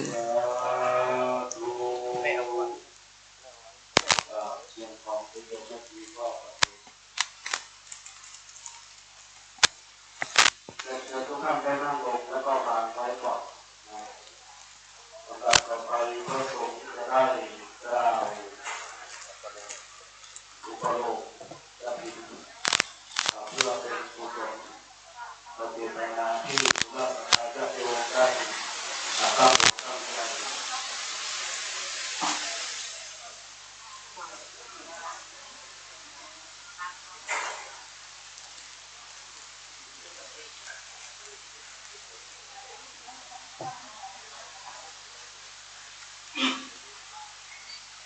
ผ้ากฐินกับทั้งผ้าอายุสังฆะบริวารทั้งปวงนี้เป็นของแม่คุณโยมแม่ทีโภชนาภรณ์วิสีบรพัฒน์พร้อมด้วยครอบครัววิสีบรพัฒน์ครอบครัววิสีบัตรพร้อมคณะศิษย์ปู่ฤาษีร้อยแปดปมจ.กรุงไทยคุณพ่อวันชัยคุณแม่สิริเพ็ญไทยสวัสดิ์พระไพรัตน์ประภัสโรคณะศิษย์เรียนรู้ศิษย์ปุณาธรรม79 ปีหลวงพ่อธรรมชโยพ่อเกิดปีแม่สถานไทยมั่นคุณสุกัญญาคุณไมตรีคุณไพบูลย์ปีการจนานันท์นางสาวสุนิตาจนธรรมเด็กชายผลิตปีการจนานันท์กรุงเทพมหานครคุณลมณีลิ้มจิตรพรแม่ดินี่อินไปโยลำพูนนายบุญเลิศนางประมงแสงธรรมนางสาวโสรยาใสสาคุณโสพงษ์ทิพย์ภูพร้อมครอบครัวนายสมภพนางศิวัตรสุดแก้วพ นายอินทร์แม่กิบันสุตติคุณสิริวิภาปิตาพร้อมครอบครัวคุณกัปตีปาเจโอลิโตคุณจุฑารัตน์สุทธิสมครูสมคิดรัตนวิจิตรคุณเฉลิมประดิษฐ์อาชีพผู้บริหารสายงานเครือข่ายธุรกิจขนาดเล็กและรายย่อยบกจ.ธนาคารกรุงไทยจำกัดมหาชนคุณอัคราสิริสุขผู้มีการฝ่ายอาวุโสผู้บริหารสำนักงานภาคงานภาคเชียงใหม่บกจ.กรุงธนาคารกรุงไทยจำกัดมหาชนและคุณสุพิไทยสุวรรณาผู้ในการฝ่ายอาวุโสผู้บริหารสำนักงานเขตจังหวัดเชียงรายคุณรงรัตน์สิริวัฒน์คุณดารารัตน์เหล่าสุวรรณคุณกัญญาจันทร์พวงครูใหญ่สมุนแม่กัลยาแท้เจือแม่คุณไทยอาสยงคุณการใจการบรรยงธนาคารเอกสวัสดิ์ไทยหามอาจารย์สุทธิรัตน์ไทยหามคุณสันติภาพคุณกำลังหน้าแถลงการคุณอาทิตย์รัตนความคิดของครอบครัวคุณกันไกลอันยอดคณะบริษัทสยามเอสโรนางสาวขวัญชยานางสาวนันทนัทวีระเดชาบุญพร้อมครอบครัวนายทวีศักดิ์โกตูนางสาวกัญญาสุปนัง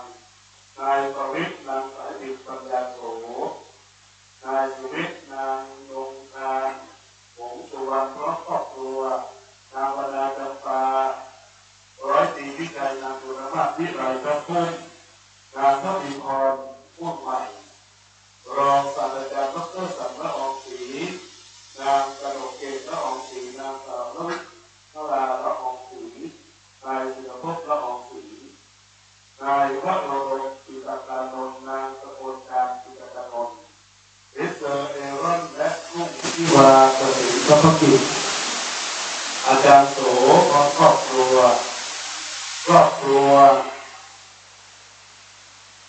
พ่อคำแม่จันหอมมัดมีนายกำนันนางอำมาเทียมนายบัณฑิตเจ้าเมืองการนายวิทยาคงสุริปนามกต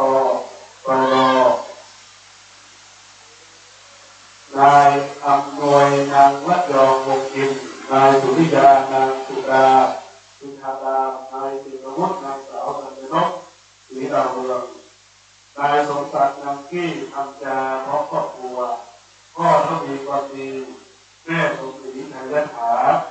นายสมบูรณ์นางปกครองนางสาวนาวิตาคำภูนาย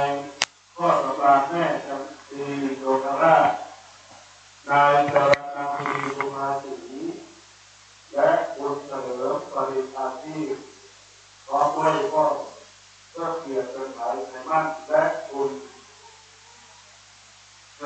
คุณทวีพรผู้ใหม่พร้อมครอบครัวและคุณเสียงคำวรรณโกฏนางสาวเอวิกาวรรณโกฏนางดาวรุ่งเสียงปิ่นซึ่งได้นำปัจจัยทางนักบริประกอบด้วยศรัทธาอุตสาหะนำมาพร้อมด้วยญาติธรรมถวายแด่พระภิกษุสงฆ์ผู้อยู่พรรษาการท่วมไตรมาสในอาวาสนี้ก็แลผ้าปฏิณทานอันบริสุทธิ์ตรวจเครื่องลอยมาโดยน้ำอากาศแล้วก็ตกลงหน้าที่ประชุมสงฆ์จะได้เฉพาะเจาะจงพระภิกษุรูปใดรูปหนึ่งตอนนั้นหาไม่ได้มีพระบรมพุทธานุญาตไว้ว่าให้พระภิกษุเถรานุเถระทั้งปวงพร้อมกันอนุญาตให้แก่พระภิกษุรูปนั้นเพื่อจะทำปฏิฆาณกิจตามพระบรมพุทธานุญาตและมีพระอัฏฐกถาจารย์ผู้รู้พระบรมพุทธาที่อธิบายสังวรณาไว้ว่าภิกษุรูปนั้นประกอบด้วยศีลาสุตาธิบุตรและมีสติปัญญาตลอดรู้ธรรม8 ประการ มีปกติเป็นต้นพระภิกษุรูปนั้นจึงสมควรเพื่อจะทำกับศีลภารกิจปัจจุพระสงฆ์ทั้งหลายทั้งปวงจะได้เห็นสมควรแก่พระภิกษุรูปใดทรงขอยอมอนุญาตให้แก่พระภิกษุรูปนั้นด้วยเถิด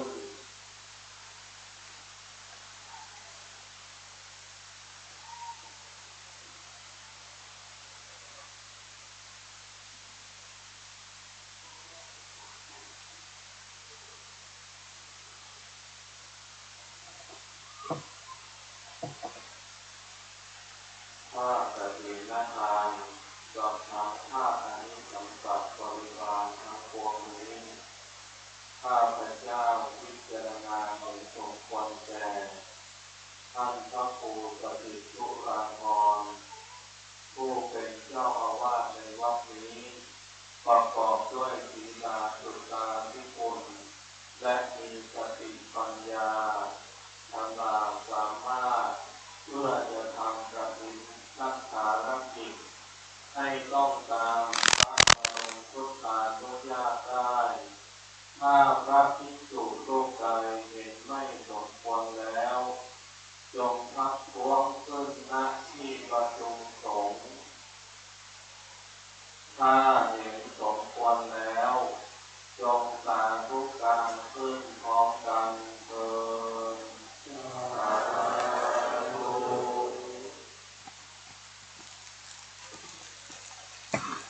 เรียนเชิญคุณโยมแม่ชี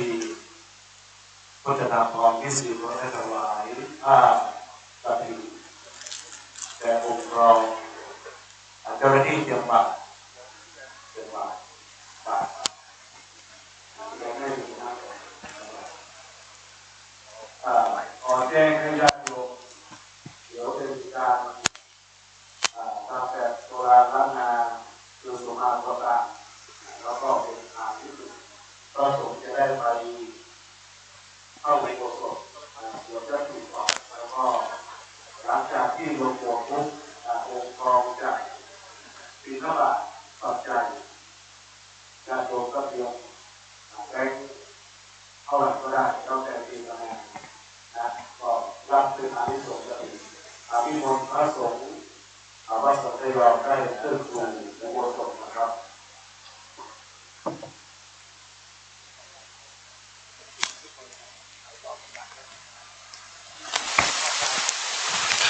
กับจากนี้ไปนะครับจะได้ทำพิธีรักษาจารีตฮีดหอยแบบประเพณีของล้านนาไทยจะได้สุมาครัวตาลและก็โอกาสเวนตาลตามกาลเวลาอันเหมาะสมในขณะที่พระสงฆ์ได้ไปทำยติกรรมนะครับที่ในอุโบสถเพื่อนอาจจะได้หย่งน้ำขมิ้นส้มปล่อยเนอะนะครับ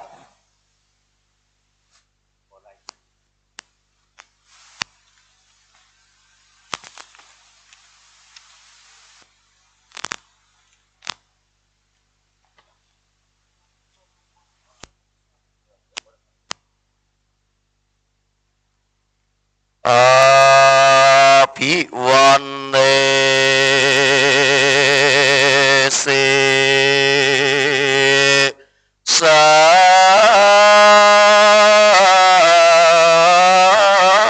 สนาทายโตพระพุทโธเลยตนเป็นนาติจังตนเป็นติ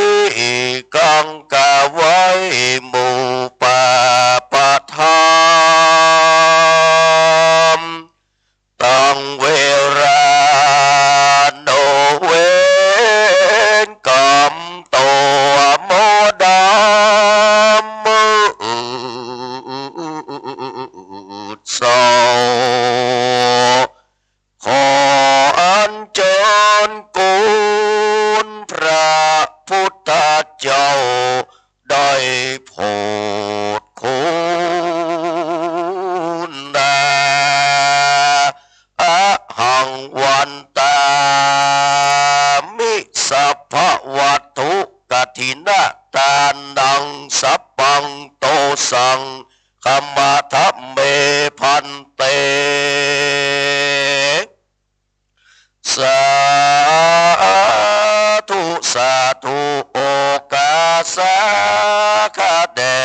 พเยืองเครื่องกฐิน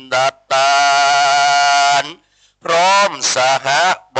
ริวารมวลมากตัวทุกภาคนานาอันสมณะศรัทธาและมูลศรัทธาผู้การตั้งหลายถึงภายในและภายนอกภายในไม่มีสวาตุเจ้าพระครูสถิตธุราธรเจ้าอาวาสวัดสันกยอมพร้อมโดยพระภิกษุสามเณรจุตนจุวรองค์โหนปลายนอกหมายเมมหารัตนาอุบาสกมหารัตนาอุบาสิกาเมแม่ชีพจนาพรวิสีวรพัฒน์พร้อมโดยครอบครัววิสีวรพัฒน์พร้อมโดยครอบครัววิสีพัฒน์พร้อมคณะลูกศิษย์ต่างหลายและท่านที่มีรายชื่อเป็นประธานกฐินสายต่างๆจุคู่จุคนใดคนกวายมาตกแต่งสัพพะแห่งกฐินทานนาอันหามาได้โดยจบประกอบโดยเจตนาญาเมื่อดาแต่งห่างกึดร่ำสร้างกฐินทานได้กระทำการเฝ้าฟังยืนเดินนั่งข้ามกายกฐินทานต่างหลายตกต่ำได้คำย่ำและติเตียนได้เจียนจากล่าวโอประมาทยังหมู่กฐินทานจึงได้หาบุพภาบานดวงดอกเข้าตอกและเตียนฟอยน้ำสุขันโททกะใสซอยจุนจอยผู้ขันน้อยขอสมมายังสัพพะปริวาราหลายเยืองอันเป็นเครื่องของตานขอเครื่องวิเศษณะตานเจ้าได้เมตตาภายโปรดเธอเป็นดัตติวิปัสโกอโหสิกรรมอย่าได้เป็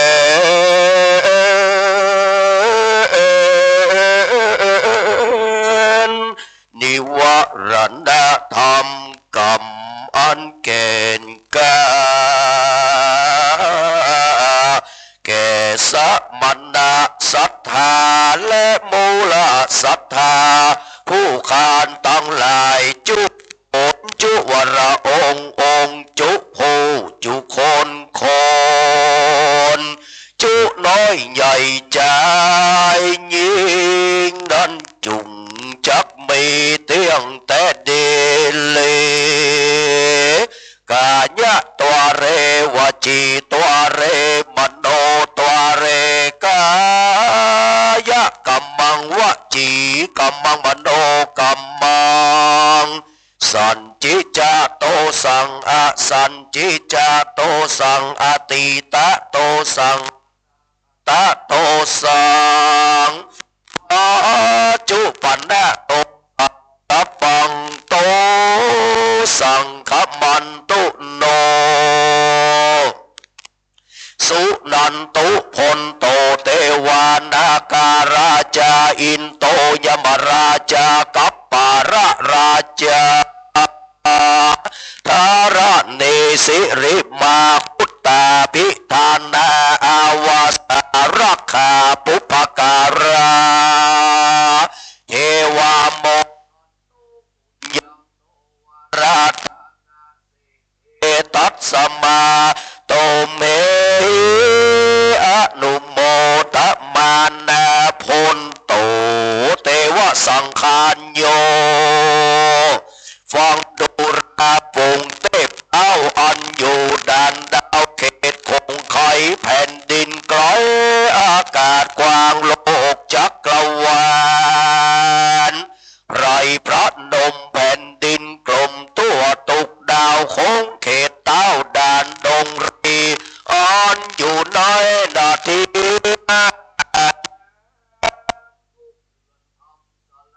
เลเตปะกันนะนามีตังลา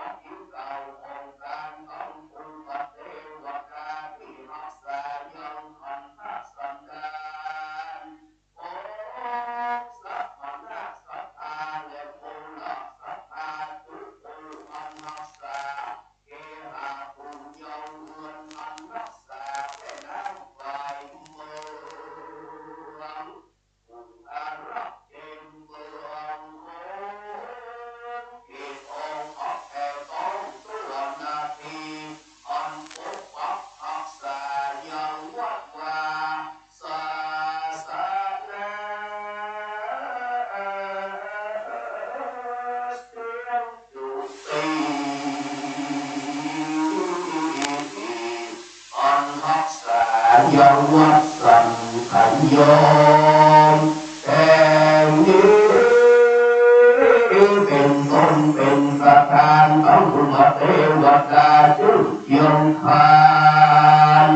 ใส่สักอาปัปปะกาลุอาจาใส่สีทุกวะหะต้องอันนี้เป็นอัลลาจนเทวาติเตมาโนนิวเนอับดุลโมตัดนาการต้องพยาอินตาภูบานโตภาคสองสวรรค์เฝ้าคุณตั้งเชื่อและคุณพร้อมจะอุโลกกลมต้องสี่องค์พรานใจห้างหาเท้าโยมราเท้ากันพัฒนากันทัพพีอักษุราอักษุรียักษ์และยักษ์อีเตจะมีองค์อาต้องผูกพันกันอาราเรื่องฤทธีต่อแม่นางอรณีสรีพุทธอมมาตุนจุนจำปุนและจำมาผลจุนจำล้างยาขอผู้รู้โอกาสพระคำบุญบุญดังพระอนุคุณเมื่อออกบวชได้บำเพ็ญสุขระกิริยาล่วงไปรัสรู้ปัญญาสัพพัญโยตัญญาของแก้วน้องเหลือเต้นแก้วขาดทายของปัญญาอันฟ้องแทนมือว่าจะมาบ้านเต้นแก้วลูกกินเอายานั้นพระพุทโธก็มีใจบอกเอาวันเดียวพระพุทธเจ้าเสียงกระทำบุญพระรบของป่าละเมตุนหาใจสางบ่อาจอ่านอัตนานาโยหรือว่าหัตถปาทิวันละสัญญาแห่งพระสุธาอันดาความใหญ่เมื่อรับได้ใจทันทีกลายเป็นนางโมราณีตนองค์อาจของเราเผยว่าปลายมนเป็นยุทธกรรมลงอาบุญบางร้ายกันสัพใจแล้วบุญมาจำไปมันเนี่ยมันน้อมยินเดอักลุโมตัณนาซึ่งวระกินยากะกินละตานของสัพพะสัทธาและมูลสัทธาผู้ราเท่าหลายตามความเป็นจริงโอ้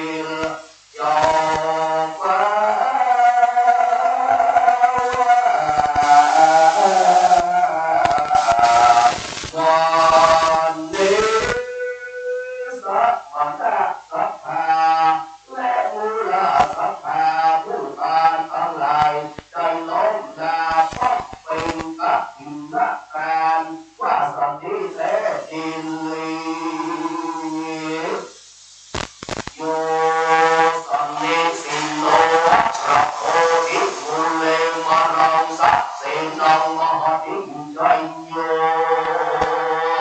สัพโพธิมาคัจจิอนันตัญญาโนโลพุทธโมตังมัตตามิพุทธั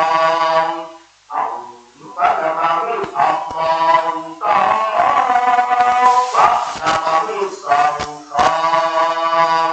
อิรัตนังอันว่าพระเกศเจ้าทั้งสามประการอันโอฬารเลิศแล้วที่แก้วเป็นฟองฟอ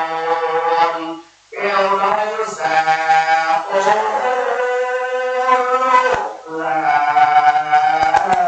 ต้องยอมกับเต้าแก้วเป็นกาสามดวงแก้วต้องไหลต้องปวงเอามาเอาเวรเอาพวงขอแทนก็ยังรู้จักแต่บางแห่งในเทระปันตีใส่มุกมาก็ยังว่าสุนสะแอบต้องใจนาแก้วทิ้งปะอาจนจูนอันมีกาลายมือสีใสวิทุนเตรียมใจบอกว่าแก้วลบฟ้าแสงดีแก้วปันนีจงโจคนในโลกสักเวทาแก้วว่าจิระปะอาอันมีกาบุญตื่นคนสักซื้อมาประดับตนเป็นเจ้าคนเอกการเมื่อรับพุทธสมังเกี่ยวสีมหาดินดีตบปลอกดินพักตุกยอดแสงเรืองโมกบุญเมืองตับเกวิปุณะองค์ได้เมืองสอยก็ยังออกมาเรื่องราวสะอาดเต้ารักอันละมันนิจาแสงดีสามตัวปากคนหอมแล้วแก้วจงทั้งสามประการจุดเดียวกันหมดสองผู้อานุน้อยต้องกล้าโยบุญว่าสติและดี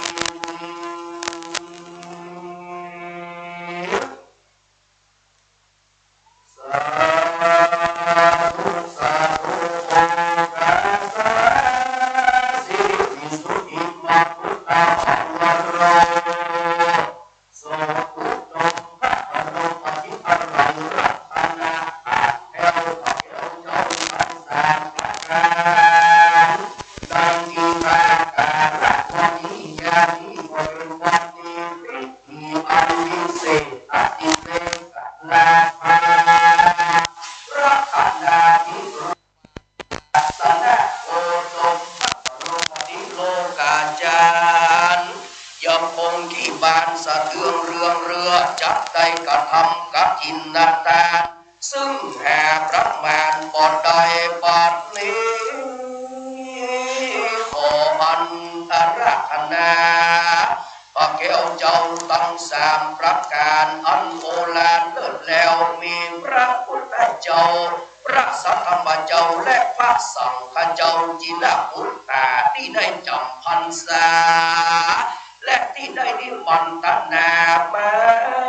รับกฐินในวัดสันขยองแห่งนี้จงแบ่งใจพองแผ้วปฏิการับเอาแล้วยังกฐินนาตาและบริวารของสัพพนะศรัทธาและมูลศรัทธาจุองค์จุผู้จุคนขอได้ตามเจตนาปณิธานนี้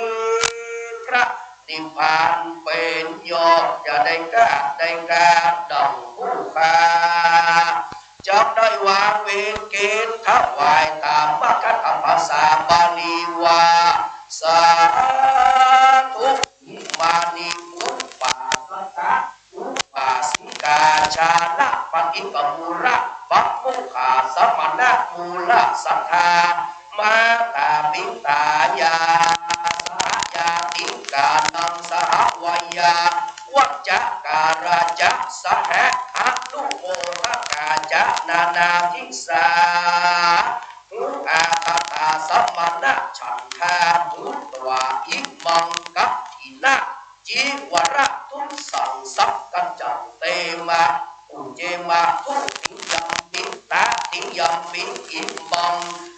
อินาจิวระทุตสังสังกัจจเตมะอุเจมะพุทโธโนธัมโมโนสังโฆโนพุทโธคารโวธัมโมคารโวสังโฆคารโวนะโมวิสุทธังติปเวกะนะทังวาทังนิพัลลังพันนะพัทังสัพพะสัพพังโตสัพพันโตโยวันนี้มันจะบินทบาทบนรถเด้อนะครับใครจะไปใส่บาตรช่วงนี้ต้องกับใส่บาตรพระปัจเจกพุทธเจ้านะครับออกจากยานเด้อเรียนเชิญได้ที่ไหนครับ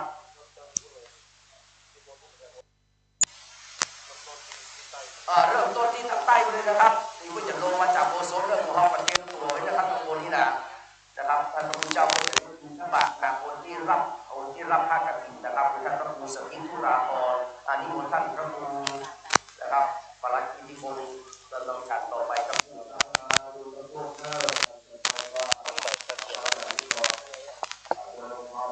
ทำไมมันดีนะ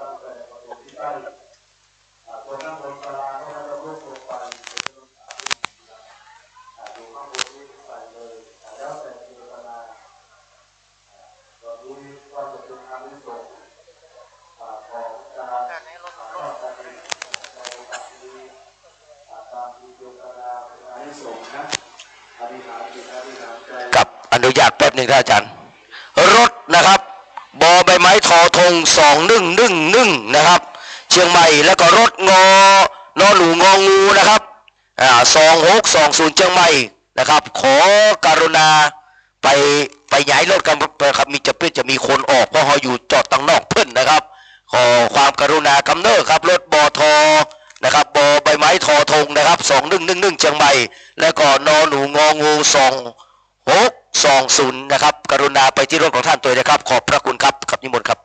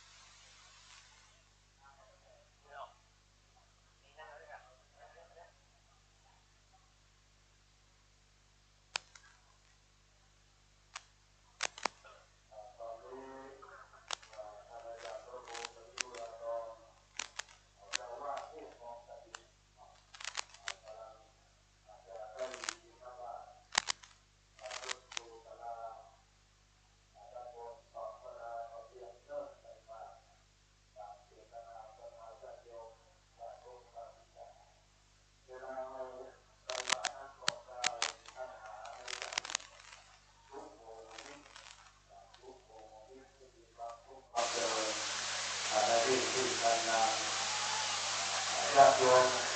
จากมาจากครอบครัวโหมูมิตรอธิษฐานที่จะได้นำใจเป็นบุญเป็นกุศลทางบารมีร่วมกันในวันนี้เดี๋ยวหลังจากที่องค์ของบิณฑบาตปัจจัยแล้วก็จะเข้าสู่การประเพณีบริวารกฐินทั้งหมดโดยเฉพาะในต้นของคณะก็คือหลังจากนั้นก็จะได้เดินทุกคนนะได้เข้าถวายที่องค์กรกฐินเป็นพระเป็นพระไตรเนี่ยถวายเป็นทุกไปนะครับแล้วก็ขอแจ้งสำหรับจัดการถวายเรียบร้อยแล้วเราก็จะระวังเรื่องในนามพระสงฆ์เมื่อพระสงฆ์ได้รับประเคนแล้วก็จะได้อนุโมทนากับพระโพธิญาณจากพระเจ้าว่าแล้วก็อนุโมทนาบุญธรรมในที่ดีก็จะเสร็จสิ้นก็เวลา11:45ประสงค์จะได้ผ่านได้ในช่วงนั้นก็เป็นแบบนี้แหละก็ต้องรีบตัวที่ได้จัดให้ก็เป็นการต้อนรับ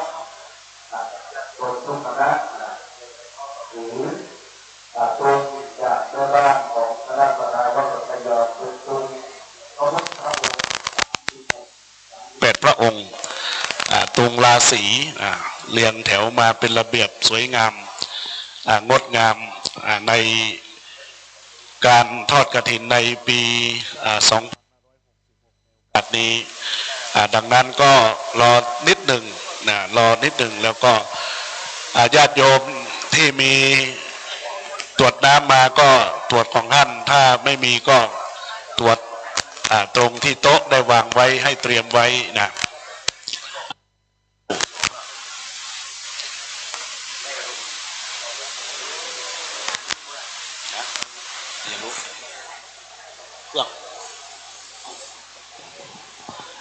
ในโอกาสนี้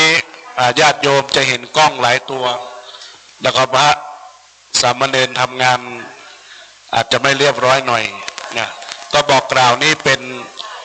ขึ้นวิทยุ FM 104.50มาทำการ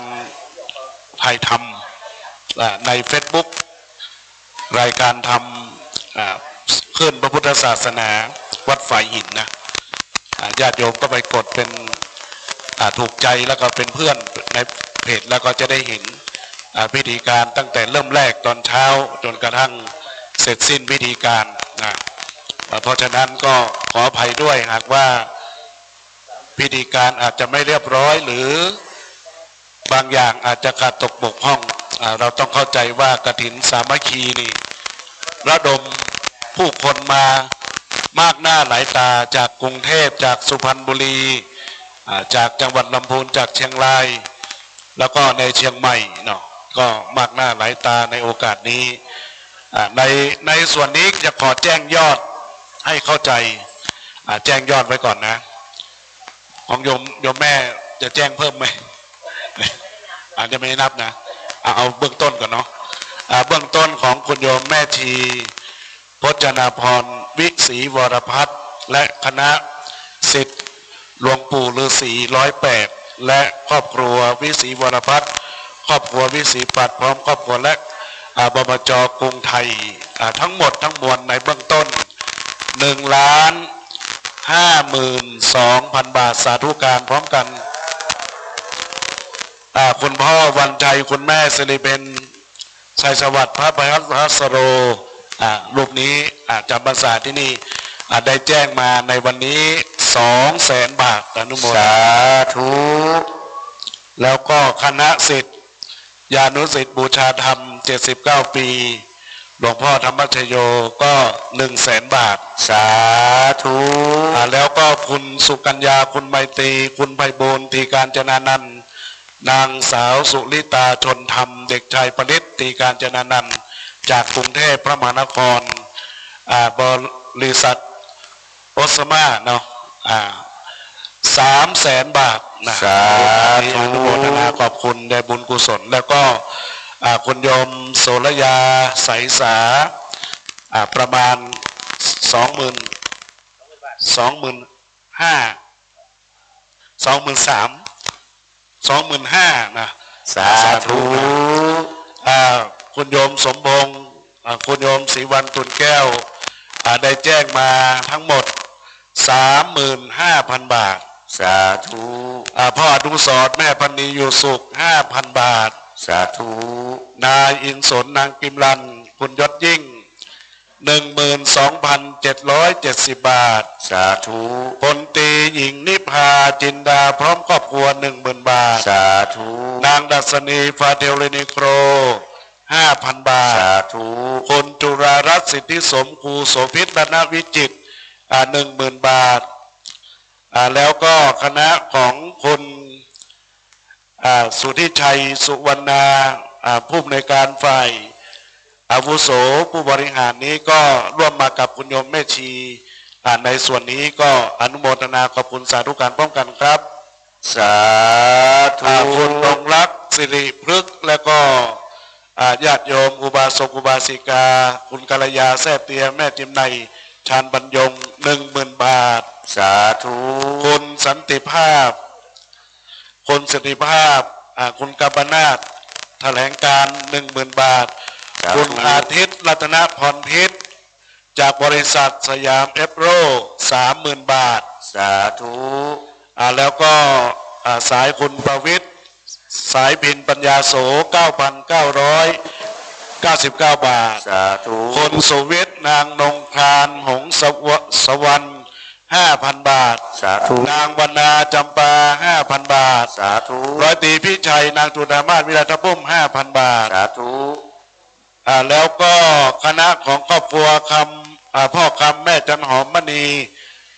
นายชำนาญนางอัมพาคเที่ยง 23,000 บาท สาธุ คณะคุณวิทยาพงศิริประธานกตล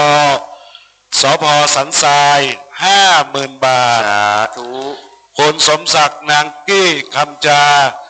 5,100 บาท สาธุ พ่อทวีวันดีแม่สมศรีชัยถา 5,500 บาท สาธุ นายสมบูรณ์นางพวงทองนางสาวมานิตาคำฟู 5,500 บา สา ท ธุ นายสำราญนางจันดีโยธราช 10,000 บาท สาธุ อาจารย์จรัสสุนีสุภาษี 5,000 บาท สาธุ แล้วก็คุณเฉลิมคุณประดิษฐ์อาชีพ จากมปจกรุงไทย 10,000 บาท สาธุ พ่อเชิดเกียรติชัยแม่จันทราชัยมั่น 5,300 บาท สาธุ แล้วก็ในส่วนของเพิ่มเติมวันนี้ในส่วนของนางเริงนางทวีพรม่วงใหม่ 5,000 บาทนะครับ สาธุ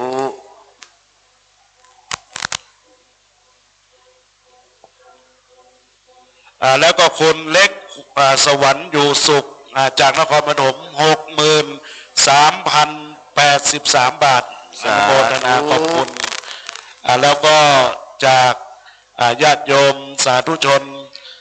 พุทธบริษัททั้งหลายคุณอำนวยคุณระยองวงอินนายสุริยานางสุชาดานายเศรษฐวุฒินางสาวทันชนกศรีดาวเรืองอันนี้ก็เบื้องต้นก็ 5,000 บาทอนุโมทนาขอบคุณกับสายกฐินถ้าหากว่าสายในมาเพิ่มเติมได้มาบอกให้อัตมาภาพด้วยเพราะว่าบางครั้งข้อมูลอาจจะไม่ตรงก็ขออภัยในการที่ได้ประกาศในยอดเพราะว่าเมื่อเช้านี้ได้ไปเดินขบวนไม่ได้เขียนในส่วนของแต่ละสายดังนั้นก็ขออนุโมทนาขอบคุณทุกคนทุกท่านนะครับที่ได้ร่วมบุญกฐินและศรัทธารองประธานกฐินบ้านเราและก็ศรัทธากรรมการทุกท่านทุกคนได้เป็นต้นลูกอยู่ด้านลุ่มเดี๋ยวเราจะได้อธิษฐานจิตอธิษฐานใจประเคนพร้อมๆกันเรียงแถวเข้ามา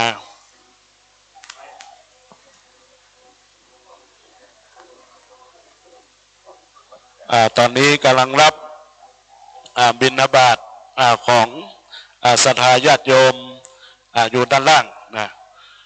สักครู่หนึ่งก็ศรัทธาญาติโยมได้เตรียมในส่วนของ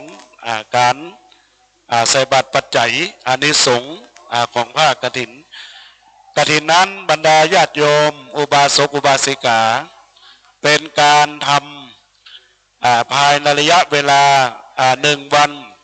1 เดือนแล้วก็ได้กระทำวัดเดียวเท่านั้นญาติโยมทั้งหลายเราได้สร้างบุญวันนี้เพื่อสมทบทุนในการสร้างศาลาปฏิบัติธรรมให้สำเร็จเสร็จสิ้นเป็นที่เรียบร้อยเพื่อจะได้ให้ผู้ปฏิบัติธรรมได้มาประพฤติปฏิบัติวัดในการเจริญศีลกรรมฐานในโอกาสนี้ก็ขออนุโมทนาทุกๆสายทุกๆท่านนะครับวันนี้ก็ขออนุโมทนาขอบคุณกับนักเรียนวงดุริยางค์จากโรงเรียนคำเตี้ยงอนุสรณ์ทุกท่านทุกคนแล้วขอขอบคุณกับทางนักเรียนโรงเรียนบ้านแม่สาอำเภอแม่ริมแล้วก็คณะครูนักเรียนจากโรงเรียนบ้านสันขยอมทุกคนทุกท่านที่ได้มีส่วนร่วมซึ่งกันและกันนะครับก็ในโอกาสนี้ศรัทธาญาติโยมเราท่านทั้งหลายรอสักครู่หนึ่งนะครับรอสักครู่หนึ่งเพื่อที่จะได้เป็นบุญเป็นกุศลในการสร้างบารมีผ้ากฐินนั้นเป็นเรื่องของผ้าญาติโยมทั้งหลาย เป็นเรื่องของผ้าตะกี้นั้นพระสงฆ์ได้ไปสวดยติจตุทกรรมสวดเรียกว่าสวดอนุโมทนากฐินแล้วก็ถือว่าเป็นการอนุโมทนากฐินถ้าหากว่าญาติโยมได้มีความแจ้งประสงค์จากการทอดกฐินในครั้งนี้ท่านญาติโยมก็มีอานิสงส์เพราะว่าวัดสันคยอมนั้นได้มีพระสงฆ์ได้อยู่ครบถ้วนไตรมาสห้ารูปขึ้นไปรับกฐินได้แล้วก็ผ้ากฐินนั้นญาติโยมทั้งหลายมีอานิสงส์ไว้อยู่หลายประการโดยเฉพาะแล้วกฐินหลวงนี่ก็เป็นกฐินของพระบาทสมเด็จพระเจ้าอยู่หัวได้พระราชทานต่อวัดหลวงอารามแต่นี้เป็นกฐินวัดลาดนะญาติโยมทั้งหลายตอนนี้ศรัทธาญาติโยมเตรียมปัจจัยถวายองค์ครองกฐินถวายองค์ครองกฐินในโอกาสนี้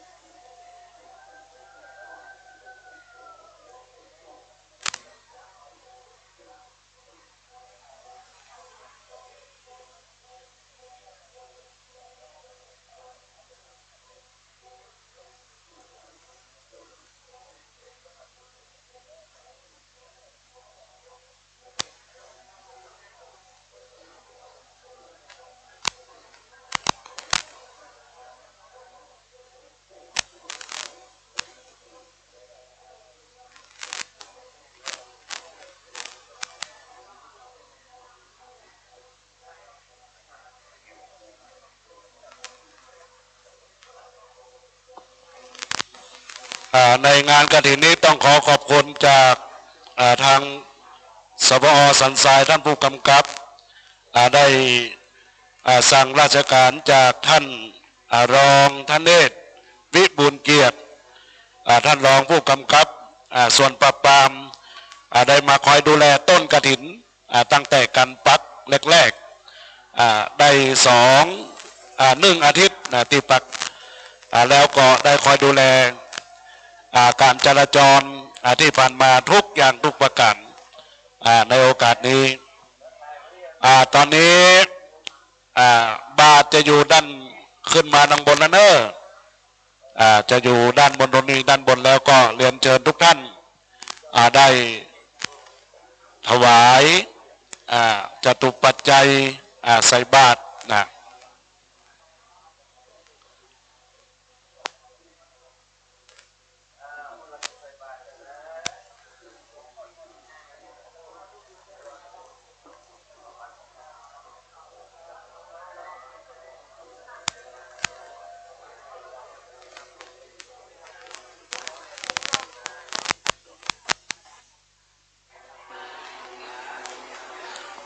สาธุอนุโมทนาพร้อมๆกันนะญาติโยมทั้งหลาย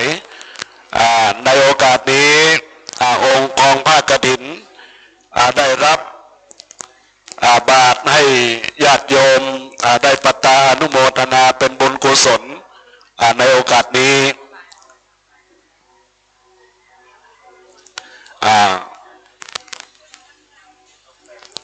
เรียบร้อยแล้ว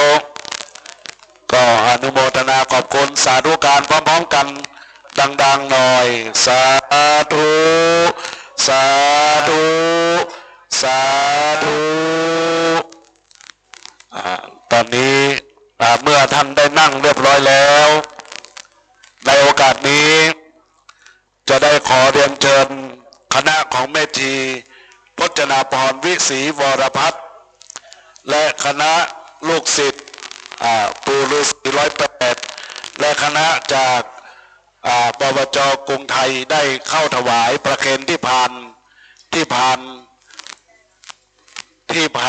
ทองนะแล้วก็ถวายพระไตรเลยเดินเชิญเลยคุณโยมแม่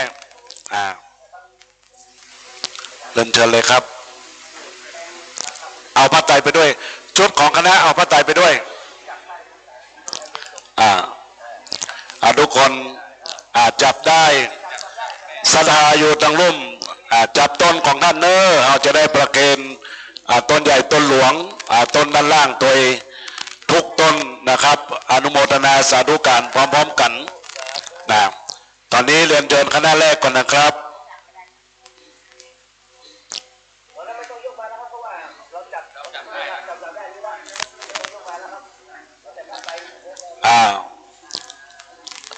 สาธุสาธุสาธุอนุโมทามิเรียนเชิญคณะได้ถวายผ้าไตรจีวรผ้าไตรจีวร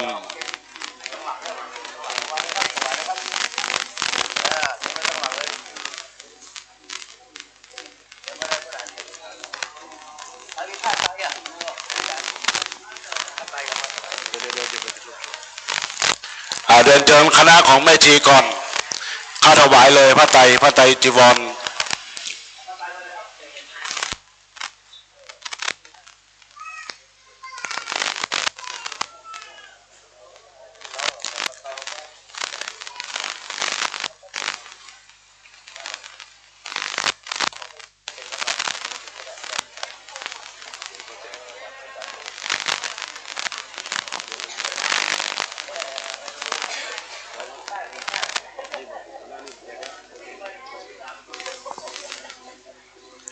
ตอนนี้อยู่ในบรรยากาศ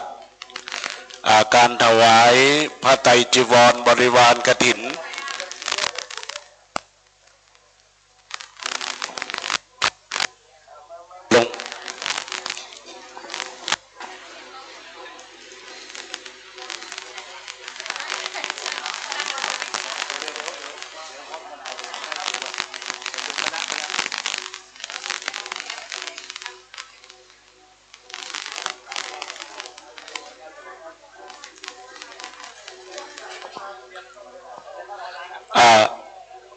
ถ้าหากว่าของคณะคุณโยมแม่ชีได้นั่งเรียบร้อยได้ถวายเรียบร้อยกลับไปนั่งที่รับรองเดิมจะได้เรียนเชิญแต่ละคณะได้เข้าถวาย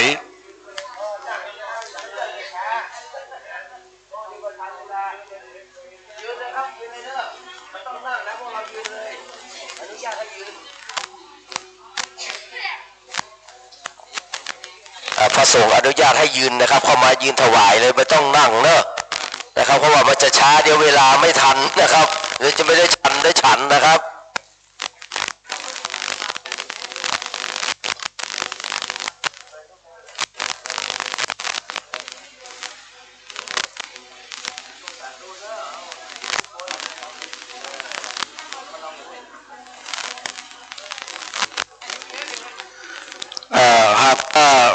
หากท่าน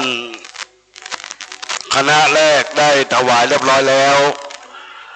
เรียนเชิญคณะที่สอง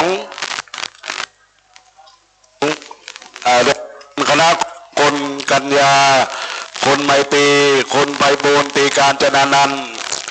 คนสุริตาชนธรรมเด็กชายผลิตตีการจนานันท์ในชุดนี้ต่อเลยครับพลังบุญพลังไตรจีวร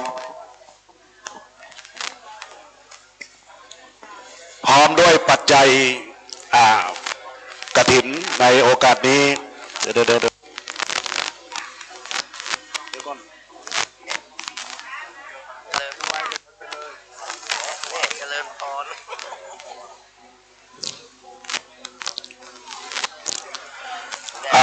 ต่อไปเรียนเชิญคดชุดของคณะศิษยานุศิษย์บูชาธรรม79 ปีหลวงพ่อธรรมชโยปัจจัยไปด้วยจ้ะสาธุสาธุ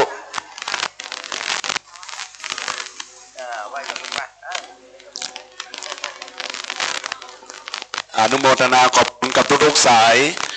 ในโอกาสนี้เมื่อถวายแล้วกลับไปนั่งที่รับรองชุดของศิษยานุศิษย์บูชาธรรม79 ปีในโอกาสนี้สาธุสาธุสาธุสาธุสาธุโอเคครับนี่ถวายแล้ววางถวายพระเลยถวายพระนี่วางที่เลยวางถวายพระเลยลำดับไปเรียนเชิญคณะของคุณบุญเลิศคุณคำมลแสนคำเรียนเชิญเข้ามาเลยคุณโยมโสรยาไสสาคุณสมวันแก้วพ่ออนุสรณ์แม่พณีอยู่สุขอินสนกิมลัน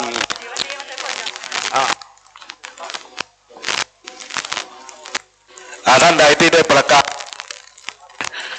คุณโยมพลตรีหญิงนิพาจินดาพร้อมครอบครัวนางดัชนีแล้วก็จุฬารัตน์สิทธิสมคณะของทุกคนทุกท่านที่ได้มาร่วมในโอกาสนี้สันติภาพคุณกำมนาถแถลงการคุณอาทิตย์พรพิษพร้อมครอบครัวบริษัทสยามเมโทรคนขวัญใจ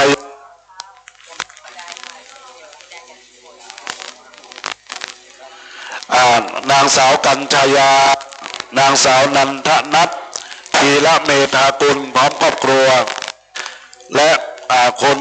ประวิตรคุณสายพินปัญญาโสคุณสุวิทย์คุณนงคารหงสวัสดิ์คุณวรรณาจำปาร้อยตรีพิจัยตุลมาทัพพุ่มแม่ทวีพรม่วงใหม่รองศาสตราจารย์สันรองศรีคุณวโรดมปิตกานนท์มิสเตอร์เอรอนอาจารย์โส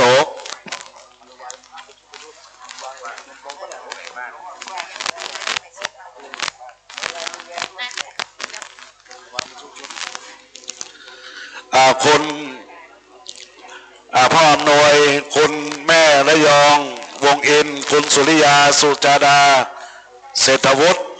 นางสาวธัญนกคุณสมศักดิ์นางกี้คำจาพร้อมครอบครัวพ่อทวีวันดีแม่สมศรีชัยถานายสมบูรณ์พวงทองนางสาวมณิตาพ่อสำรานแม่จันดีโยธราชแม่จรันสุนีสุภาษีพ่อเทิดเกียรติแม่จันทายแซมั่น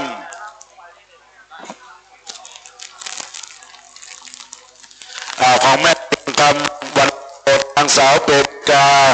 วันนโกด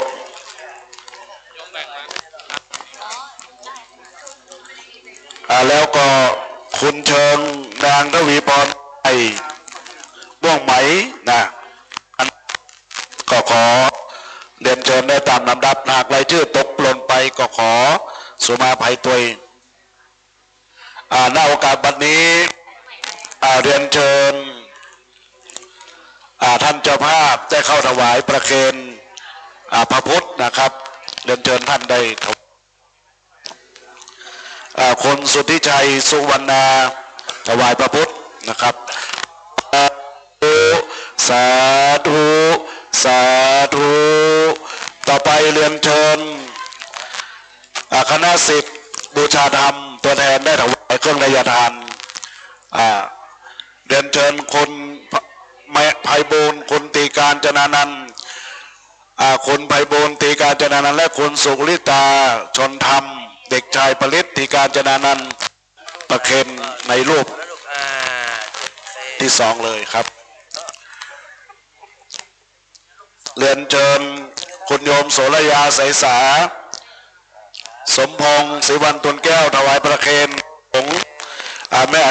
พ่ออนุสรณ์แม่พณีสุขพ่ออินสนกิมลันคุณยศยิ่งได้เข้าถวายครับแล้วก็จุฑามาไลทับพุ่มนะครับ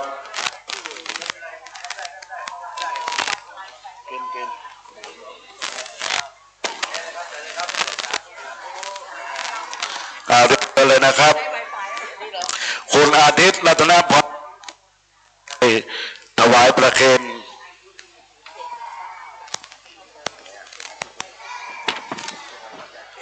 คุณวิทยาพงศิริ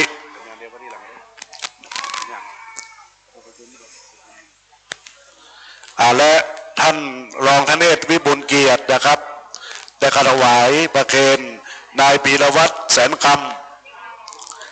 นายแล้วก็คณะนะครับได้ถวายไปเลยครับเอกพลวงศ์วิกุลถวายพระสงฆ์นะครับ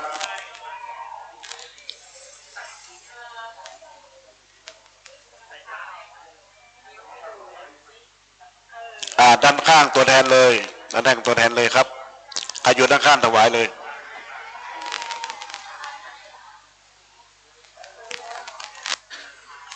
ในโอกาสนี้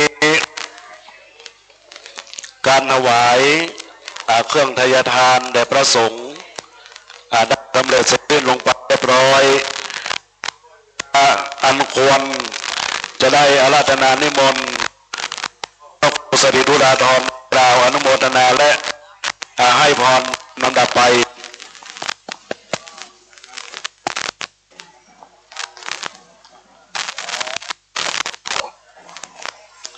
ชื่อ